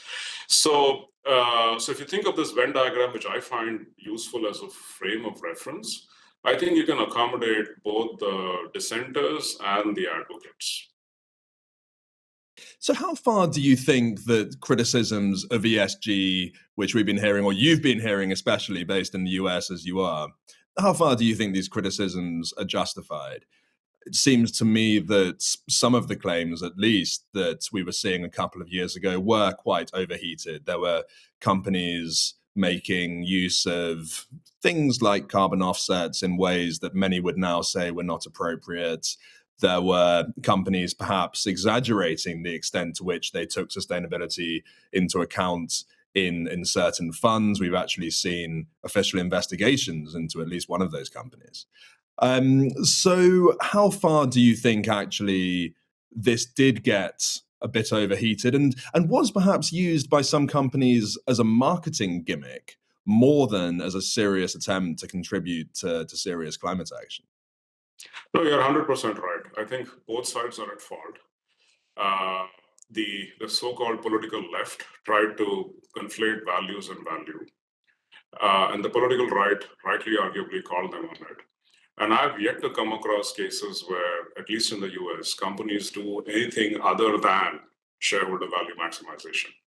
I've written like dozens of papers where we've shown that these pledges, whatever they are, to take care of stakeholders, as in the Business Roundtable, or so many of these carbon net zero pledges, or, as you said, ESG funds, do they actually carry stakeholder-friendly investments? There's virtually no evidence of any of that. So people, I don't think on the ground have changed what they do. There's some rigorous conversations going on in boardrooms and amongst with stakeholders and so on. You see a little bit of action in the proxy process, because there's a whole new, a bunch of proxy proposals being filed by so-called social activists, etc. There is the Larry Fink BlackRock phenomenon, which probably jump-started some of the idea that we can save you money and we can do good for the world, which is a very complicated phenomenon. I'm not saying that's not possible, but there are cases where there are certain aspects of value and values which are good for shareholder value. For instance, I often say human capital. If you have a productive workforce that's actually happy and feels like coming to work as opposed to being forced to come to work, that's going to be shareholder value maximizing. The G in the ESG, I think, is super important because of passive investing. The owner and the manager now don't talk to one another. And when that happens, capitalism doesn't work very well. And you could argue the ESG movement is actually a response to this much passive investing, because the perception was that managers were doing whatever they wanted. It was time to bring some accountability back to the table. So again, I think both sides are right. I mean, the left overdid the marketing. Businesses, frankly, I don't think even changed what they did on the ground. I mean, there may be some cosmetic things. They put out 100-page sustainability reports and so on. And the right, perhaps rightly, argued that some of these decisions are best left to the political process, and we shouldn't be letting the corporate leaders who arguably are not as accountable to investors as they used to be because of passive investing. We shouldn't let them take these decisions. And when we talk about the official process, the response of governments, obviously one of the big ones has been disclosure regulations, notably in the EU, also in the US. So we've seen important announcement recently from the SEC, before that from California, and companies all over the world are going to have to be disclosing much more about their environmental impacts in particular, and then in the EU, a lot on the social side as well. Do you think that this effort around disclosures and around sustainability accounting, as it were, is on the right track? Because you have skeptics who say, well, these things, this is not an appropriate approach in some cases. Some of these things can't really be valued. Some of these things can't really be standardized. But are you encouraged by what you're seeing on that front? Well, I mean, the case for reporting, Simon, is taxation. I mean, to me, big picture, the only way to solve social problems is either a tax or incentives. And because we are a rich society and we don't like taxes, we've gone the route of incentives, which is the Inflation Reduction Act and so on. So a precondition to taxing something is to measuring it right. I mean, I think we measure income right because we have an income tax. We measure sales somewhat right because we have a sales tax. We measure value add somewhat right because we have a value add tax, but we don't have a carbon tax. So in that sense, if this measurement is a way to perhaps think about a way to tax people in the future, and I know most people don't like this, but frankly, this is the only answer to the problem, then it's okay. But having said that, I think Europe is on hyperdrive in terms of disclosure regulation. They seem to pass a rule every week. And you have to really wonder about trade-offs. I mean, are they thinking about the costs and benefits? Is this useful to everybody? What is the ultimate end goal here? So if the theory of change is disclosure, let's say you have all the disclosure tomorrow, what is going to change? There has to be meaningful disclosure. There's a lot of data points being asked for from companies. And this is where I think the rulemaking process is so different here compared to the other side of the Atlantic. I often argue Europe has high ambition regulation, low ambition enforcement. In the US, it's a little bit the other way. It's very messy. We have arguably low ambition regulation, but whatever gets written gets enforced. So to summarize, I mean, disclosure as a theory of change is flawed. If it is a building block towards something more like, say, taxation, maybe there's some value to this. So, as you say, there's been concern about what seems to have been an excessive emphasis on disclosure. One concern that I've heard a bit over the past few years has been that some people seem to feel that as long as you put everything out in the open around a company's environmental profile, then investors will take action as a result. Do you think actually the last 2 or 3 years has pretty much disproved that idea and has actually strengthened the case for government action? As I was saying, a couple of years ago, it seemed like there was more optimism than there is now about what companies can do under their own wind. And it seems that now perhaps there's more recognition of the fact that the rules of the game and the playing field need to shift if things are really going to get better. Yeah, I think you hit the nail on the head, Simon, when you said that, the whole investor-led action idea was almost an attempt to create an as if carbon tax world without a carbon tax. So I'm going to name and shame people, I'm going to rank people. And as I said, because of passive investing, that was never going to take off. I mean, 20 to 25% of an S&P 500 firm is owned by BlackRock, Vanguard, and State Street, and they are custodians of somebody else's money. This is my earlier point about individuals being very heavy on the stock market in the US comes into play, the pensioners and so on. Who is this average investor? I often joke, your average investor now is a computer program. How is a computer program ever going to make the CEO of Apple or Amazon listen to anything?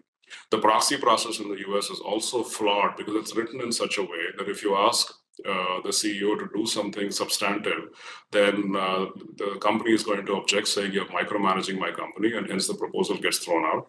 So almost by definition, a large portion of the proxy proposal process is restricted to so-called quote-unquote frivolous things, which the other side can use to dismiss, saying these are all frivolous. So, ultimately, as you perhaps rightly point out, governance is the bigger problem. That's the big G. If I were to talk about, what the E and the S are important, but they're intertwined with the G. And the G is only going to get worse because of more and more passive investing. So the idea that somehow investors can name and shame and make change happen is fundamentally flawed. In the world of passive, you can't do that. And secondly, if you do too much of that, private investment is taking off. It's by and large exempt from reporting. And then, there's a classic arbitrage. A lot of the bad stuff goes into the private. Your point there reminds me of an interview I did a couple of years ago with Carl Icahn, the famously ruthless corporate raider. And at the time, he was doing a campaign against McDonald's over the treatment of pigs in its supply chain. And I said to him, some people might be surprised to see Carl Icahn, of all people, doing an ESG campaign. And he said, well, I've always been about the G. I've always been about identifying underperforming management because that tends to depress shareholder value and it creates opportunities. And I thought, well, he's got a point. Whatever you think of Carl Icahn, and he certainly has many critics, there is something to that. And it made me think, well, is it useful to lump the G in with the E and the S? And people often say, oh, well, the G is the most important one because it underpins everything. And perhaps, well, exactly. That's why the G has to be treated as its own thing, because it underpins everything, not just about environmental and social things. And perhaps it actually makes sense to break up the elements of ESG into separate ones. But I know that there are others who think differently, who think that this is a helpful framing, that this is this tripartite setup actually works. What do you think? Well, to underline the point you made, I think G is the most important issue here. And people almost have given up on G because it's so hard to change unless you have Carl Icahn or the activists coming in. And just to add a statistic to that point, there are 250 companies in the S&P 1500 that haven't even beaten treasuries in the last 10 years. Okay, that's not a small sum of money. So going back to the G, we have to wonder, what are the index makers doing? Why are these companies even in the index? So the G conversation needs to be looked at and expanded. Now, to your other point about framing, I'm, being an accountant, I worry more about substance than form. So I often tell people, fine, you don't like these three-letter words, we'll substitute this with something else. I often joke, let's call this MAGA, Make America Great Again. And why? To me, the three big questions that the ESG movement raises are the following. One, in our income statements, we set the cost of natural capital to zero. I don't know how to value natural capital, but the cost is not zero. Two, we don't do a good job of discussing and reporting externalities, both negative and positive. Positive externalities meaning the value a company creates for society for free, which it doesn't get compensated for. R&D, the COVID vaccine from Pfizer is an example.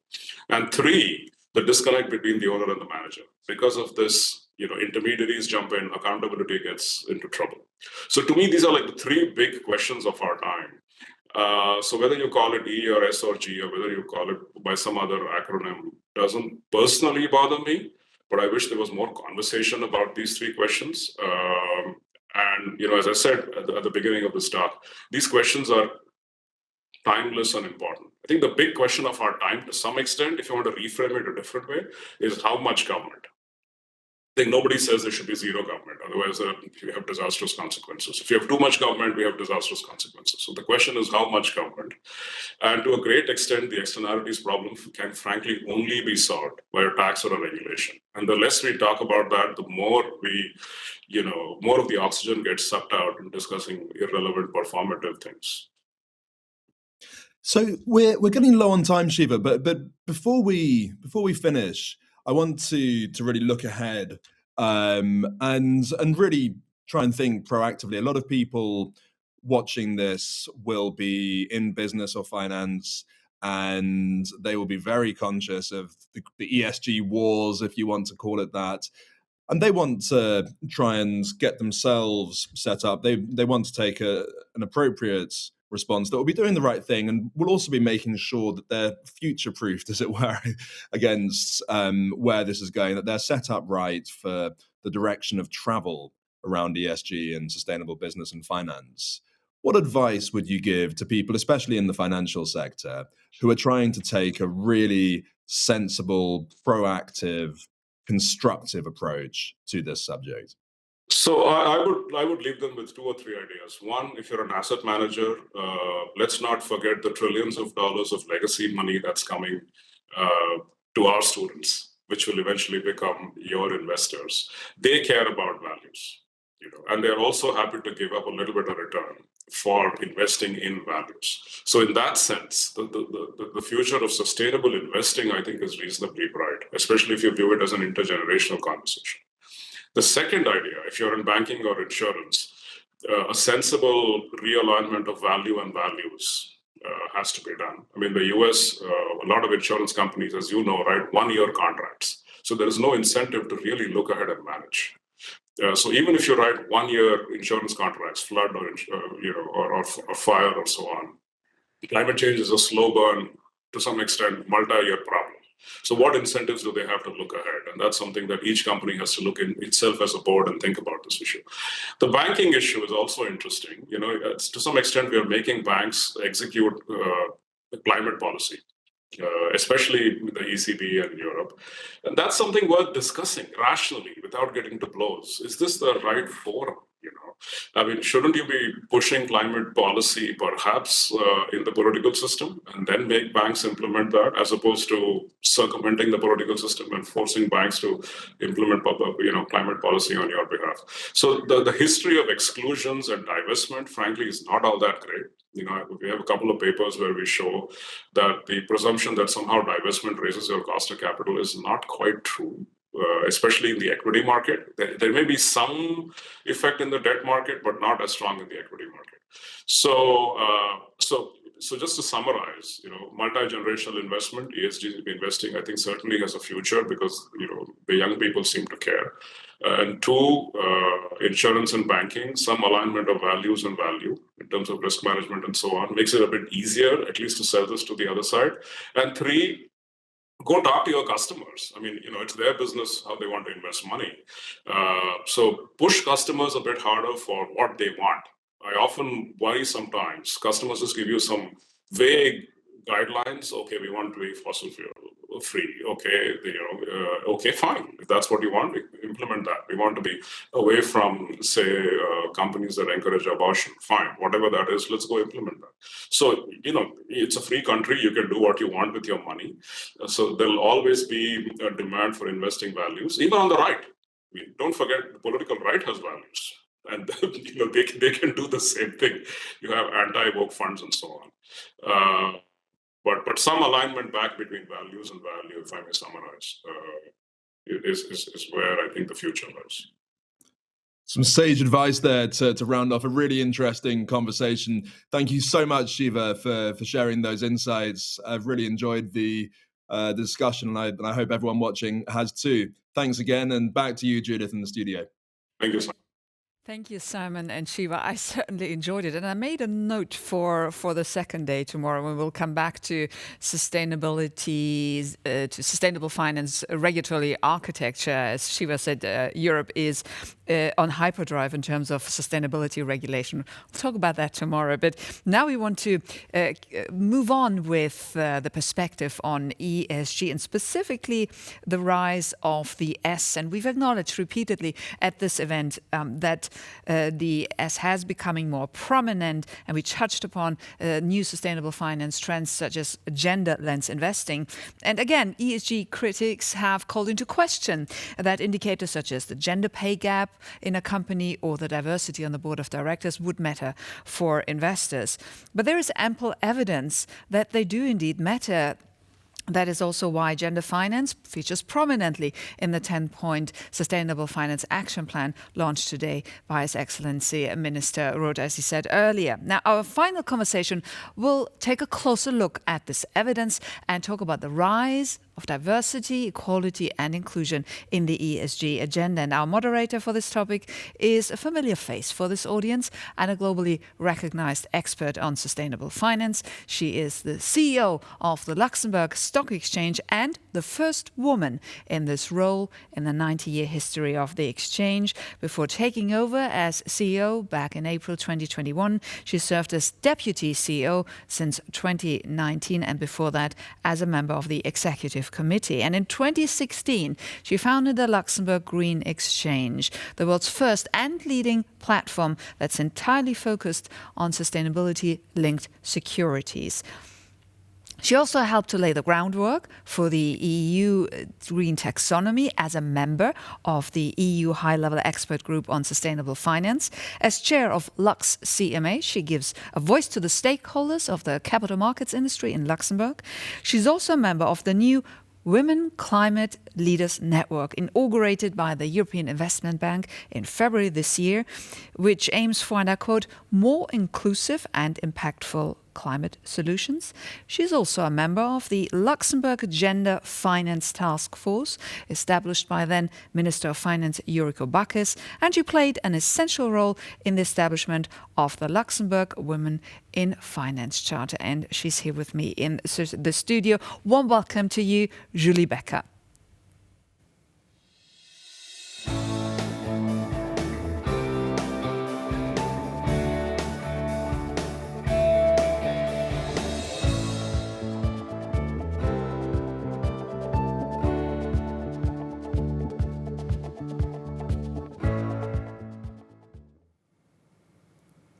Thank you, Judith, for this kind introduction.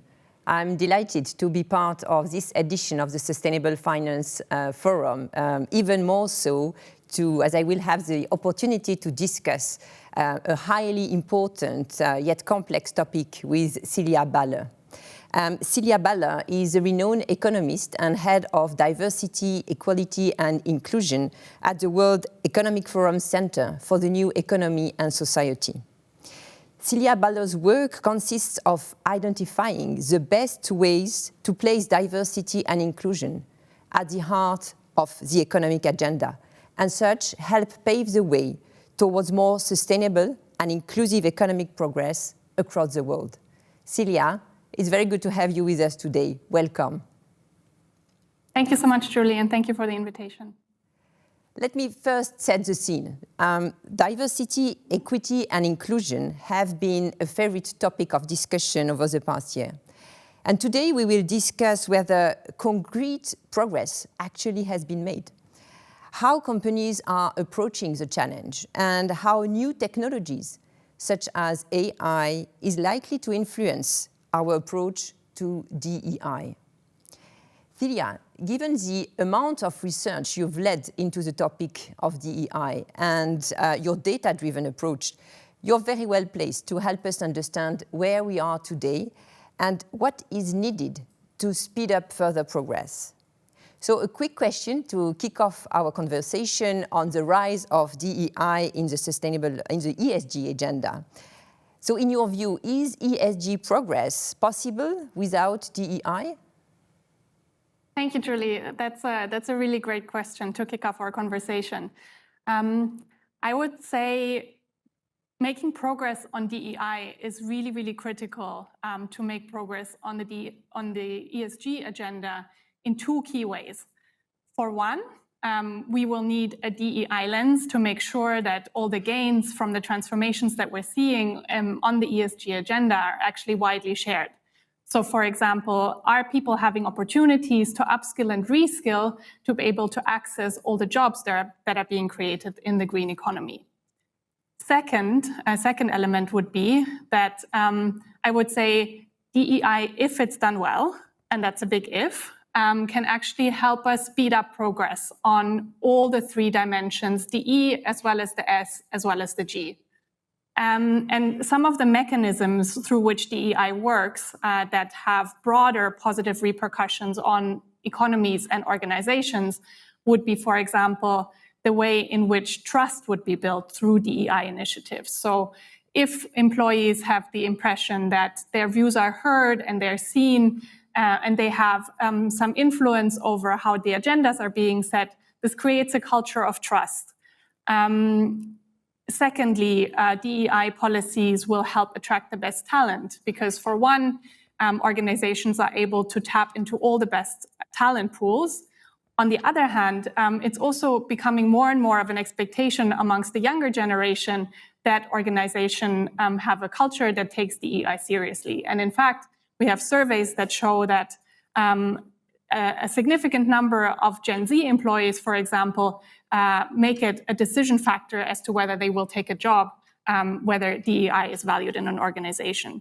And then, of course, it has positive impacts on innovation, on the agility of an organization. The more different perspectives you have around the table, the more will you be able to tap into market knowledge, which will help companies remain competitive, become competitive. And then finally, I would say it's a very important factor in terms of increasing or improving the quality of decisions that are being made. And the interesting thing here is that research has shown that with many different perspectives and views around the table and different experiences, the conversation ends up focusing more on facts as opposed to decisions being taken based on some implicit assumptions. So as you can see, all of those factors, I would say, will have a very positive influence and are very closely linked to all three, the E, the S, and the G. Thank you very much, Silja. This is extremely interesting. So very important factor and I quote you, to create this culture of trust, which is absolutely needed also to feed innovation and make sure that decisions are being made in the best way. But let's maybe zoom in now on one of the big topics of DE&I, which is women's empowerment and gender equality. And let me quote Clive Hallwood, which is the Managing Director and Deputy Chief Executive Officer of OMFIF, who said, "There is a will, but we do not yet see the way for gender balance." Since 2006, the World Economic Forum annual Global Gender Gap Index has provided an overview of the current state and evolution of gender parity across 4 dimensions. The first one is economic participation and opportunity, second one, education, third one, health and survival, and finally, political empowerment. And according to the Global Gender Gap Report 2023, the pace of progress towards gender equality has slowed down in the recent years. The report suggests that it will even take 131 years to reach full gender parity at the current rate of progress. Quite an alarming figure, 131 years, Silja. What is behind this figure, and how optimistic are you that we will manage to reduce the time span in the short term? Let me maybe start with the second part of the question and say that I am actually very optimistic that we will be able to make progress on this. Because what we're seeing in many companies is that there has been a lot of learning in the last few years, and there's a lot of ambition and a lot of momentum in terms of some of the initiatives that will help us close gender gaps. Now, to the 131 years that you mentioned, indeed, the numbers are quite depressing at the moment, and indeed, progress has actually slowed down. So, as you say, we measure the gender gap across 4 dimensions: health, education, political empowerment, as well as economic participation. And the problem is that while the gaps for health and education are almost closed, we have very large and very persistent gaps, both on the economic participation dimension as well as the political empowerment dimension. And just to give you some numbers, so if 100 would be the gender gap is closed, with economic participation, we're currently at 60% of the gender gap closed, whereas for political empowerment, it's only 22% of the gender gap closed. And you already alluded to the fact that we actually saw a regression and a slowdown in the last few years. And indeed, in terms of the time to parity that we project, we basically saw a generational loss. So we went from 100 years to parity, which was projected in 2019, to 131 years that we projected in the last edition of the report. And maybe just to give a couple of insights as to why that might be. Why did we see this regression, and especially as far as economic participation is concerned? So for one, what we saw during the crisis was a complete breakdown in terms of the care infrastructure. And as a consequence, many women dropped out of the labor market. And while women have re-entered the labor market, we're closing those gaps at a slower pace. And it's not only the labor force participation. If we look at labor market outcomes in general, we really see gaps across the board. So whether it's unemployment, whether it's a high proportion of women in informal employment, underrepresentation of women in the growing industries, in the jobs of the future, there's pay gaps, there's gaps in terms of leadership representation. So all of those gaps are basically compounding. And then the second piece is the relationship between the macroeconomic context and gender gaps. And we're starting to learn more about this. There's recent research by LinkedIn, which suggests that as economic conditions get tougher, fewer women are hired into leadership positions. So we saw over some years, there was actually an increase in the proportion of women hired into leadership positions, but this has recently seen a downturn. And it seems the case that there's an equal number of women applying for these positions, so it's not a question of the supply side, but it seems that hiring diverse teams is still seen as a risk, and as soon as economic conditions get tough, people seem to be less willing to take those kinds of risks. But all that said, like I said, I do think that there's a lot of positive things happening both in the public sector and in the private sector, and it's a question really of making these things known, surfacing them, and making that knowledge available to a broad, to the business community, as well as to the public sector. Thank you, Silja. So I keep in mind that the time to parity is unfortunately increasing, and that we saw, and I quote you again, a generational loss. And this is particularly worrying when we think about the IMF, which makes the case that closing gender gaps is macro-critical, because gender parity leads to higher economic growth, leads to greater financial stability, and leads also to lower income inequality. So in other words, there's a clear link between women's empowerment and global economic development. Over the past year, there has been an increased focus on women in finance and financing for women.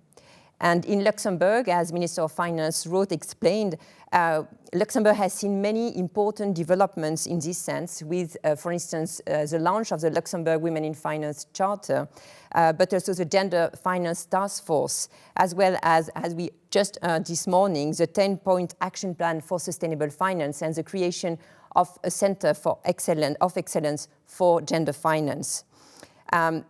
So those are some examples of initiatives that are taken by the Luxembourg state. I'd like to hear your thoughts, Silja, on how the financial industry can further help improve the gender gap. And in particular, as the head of the Luxembourg Stock Exchange and having created the Luxembourg Green Exchange, on which we decided to flag gender-focused bonds to help investors find and make visible those bonds that finance, in particular, women's empowerment. How can capital market participants drive meaningful change? Do you have any examples in mind you could share with us? First of all, I mean, it's great to hear about all the fantastic initiatives that are happening in Luxembourg and that are generating momentum in this space. And I would say there's several avenues. So If you're an investor or you're working in capital markets, I would say there's 4 avenues really to focus on when it comes to closing gender gaps and diversity gaps more generally. For one, of course, the first piece would be the own workforce, and we showed in our global gender gap report last year, we have this concept of the drop to the top. So this is looking at what does representation look like at the entry level and how does it decrease once you reach the C-suite. And we see there, if we compare across industries, that financial services has one of the steepest drops to the top across all industries. So this is one area that would be important to focus on. Then a second one, as you already mentioned, is the direction of the investment. So for one, are women getting the financing they need to put their ideas into action and to create really transformative ideas? We know all the figures of how little venture capital still goes to women-led teams and especially to women-only teams. And then there's also this piece around, do we channel investments towards the organizations that are doing DEI well? This can also contribute towards closing gender gaps. Then a third avenue would be the population of investors themselves. So not only professional investors, but to what extent are women actually investing their own wealth in capital markets? To what extent are they participating? And to what extent would further participation help women close gender wealth gaps? And then finally, I would say, and again, you also already mentioned this, there's a huge influence that stock exchanges and regulators can have on this perspective in terms of setting standards for companies who are trading through their markets, who are listed on their markets. And we just had a case for Hong Kong Stock Exchange, for example, who recently set standards of minimum diversity on boards and who are seeing very big impact from this, have already seen and are projected to see in the next couple of years. Excellent. Thank you very much, Silja, again for these ideas to be implemented indeed by the financial industry as soon as possible, taking into consideration the very important impact gender parity will have on the economic development. But let's speak now about DEI more broadly and about technology and innovation. Diverse and inclusive companies tend to be much more innovative. They have a stronger financial performance and they are often much more adaptable to changing circumstances. DEI is about, at the end, creating a sustainable, productive and engaged workforce, able of bringing different perspectives to the table. Most companies realize the importance of this. However, they do not know how to get there. And some are looking to tech and AI for help. What do you think, Silja, as artificial intelligence is profoundly transforming the way we work and many aspects of our societies? What risks and opportunities do you see when companies capitalize on AI in their D&I efforts? Yeah, I think it really depends on how AI is used in the context of DEI efforts. And I think it can completely go either way. It's really what data are you feeding the AI? We have, for example, in hiring processes, we've seen the deployment of AI to help with skills assessment and to help project the fit of a candidate for a given role. And we've seen that with those kinds of approaches, if it's based on actual current skills, there are very positive effects. And in fact, we're increasing the diversity of the talent pool. We've, however, also seen the use of AI in hiring processes where it was fed with historical data and so ended up replicating historical patterns, which is, of course, not at all what we're hoping to achieve. So as you see, it's a bit of a double-edged sword, and it really depends. And I would say overall, what we've been learning from the DEI initiatives and efforts that have been impactful is that the human element is really, really important. So I would say the essential success factors that we've seen don't involve technology at all, but they involve having leadership from the top, having an understanding of what are actually the root causes for some of the gaps that we're seeing, having an employee base that's bought into the definition of success that a company has for their DEI outcomes. And then finally, it's really also about the time that the employees spend with each other, that leadership spends with employees. Those are the impacts that end up being really transformational. And it doesn't have a technological element at all. Yeah, so human factor, human element, and leadership from the top. This is a great advice, but to conclude and to take advantage of your huge expertise in D&I, let me ask you a last advice. Over the past years, we've seen lots of new titles emerging, such as Chief Inclusion Officer, Chief Integrity Officer, or Chief Culture Officer. However, roles and responsibilities are not always very clearly defined or understood. So what advice would you give to CEOs and business leaders who struggle to make meaningful progress in DEI? What are the typical mistakes to avoid when crafting a successful DEI strategy? So I would say the first step would be, for one, to become aware of the gaps and the persistence of the gaps, but then also of the power of every single one of us to make a difference on DEI. So with every single decision, we have the power to make a contribution towards creating a more diverse, equitable, and inclusive environment. And I think one of the things that is important to keep in mind is that, and that we've seen over the last few years, that progress is very fragile. So rather than doing one-off efforts, it's really important to continuously focus on progress, to continuously measure and track, and to have continuous leadership from the top on this. And then finally, and maybe most importantly, I would say all of us who are in this field or not in this field, we're all learning. And so if you want to drive change in this, I would say come and be part of the conversation, and let's drive change together. Great words to end this conversation, Silja. We should all be part of this, and we all have a role to play and a responsibility even. I'm afraid that it's unfortunately all we have time for today.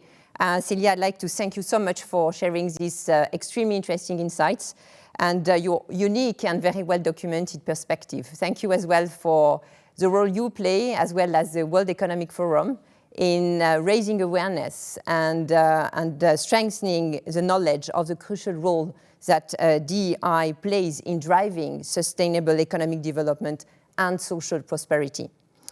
It's been a real pleasure talking with you. Thank you again. And I'm sure you have left the audience with some food for thought and inspired them with new thinking around the diversity, equity, and inclusion topic.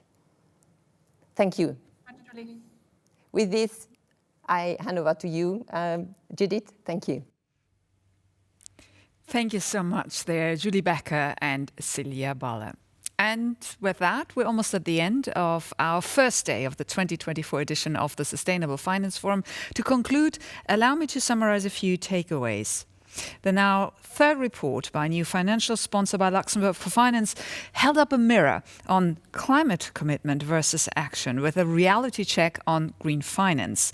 The good news are that European capital markets have raised almost 1.5 trillion euros in green finance between 2019 and 2023, averaging 360 billion euros over the last 3 years. The not so good news were that this growth seems to be running out of steam, with the value of activity flatlining in the past few years and the penetration of green finance slipping backwards. Also, too much capital is still being done to finance business as usual, as it were, and bad or brown companies delaying the transition to the net zero economy. But something can be done about that. That said, there is political backlash against the green agenda and concerns that the regulatory framework may have become too burdensome and too complex. But against this stock taking, Carney pointed out succinctly and with urgency what it takes to build a sustainable financial ecosystem as centerpiece for a net zero economy. And that is, and I quote, closing 3 gaps, and that is on data, action planning, and outright investment.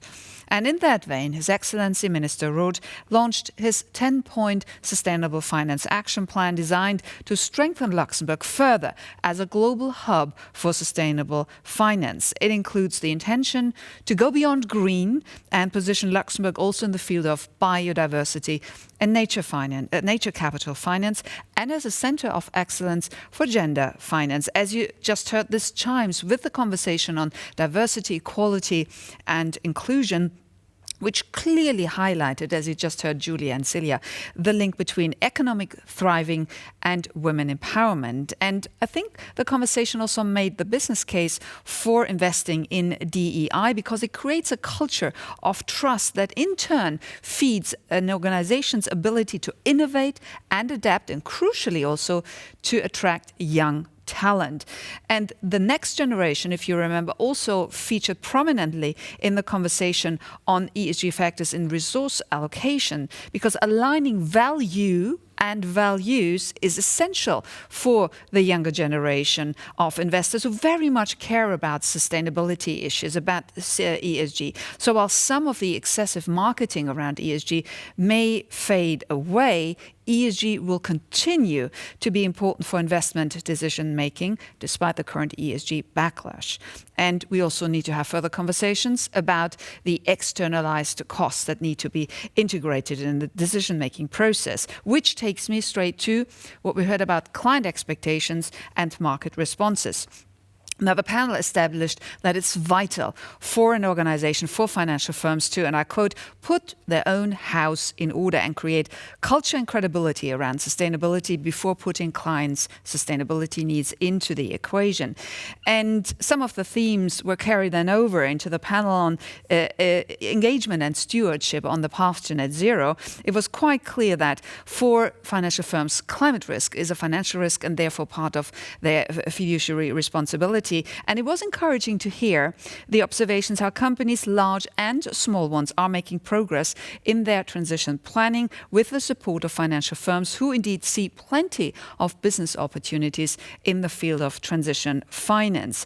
And while new disclosure standards such as CSRD, are helping to engage and communicate with companies in regards to their transition planning, challenges arise for those firms that operate in different parts of the world with diverging regulatory and reporting standards. Hence, we heard a strong call for consistency and harmonization of regulatory obligations in the field of sustainable finance. And that takes me to the topics we have lined up for you for tomorrow. We will indeed talk about efforts to mitigate regulatory fragmentation between different regions. We'll talk about how the EU sustainable finance regulatory architecture is likely to evolve further, including the issue and the support for transition finance.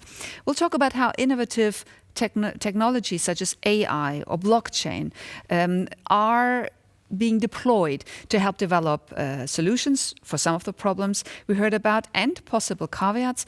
And we will talk about impact investing, needing to move out of denial in order to scale up and close that gap that Minister Roth mentioned, closing that gap over the next 6 years to achieve the SDGs, that gap that currently stands at $4 trillion per year.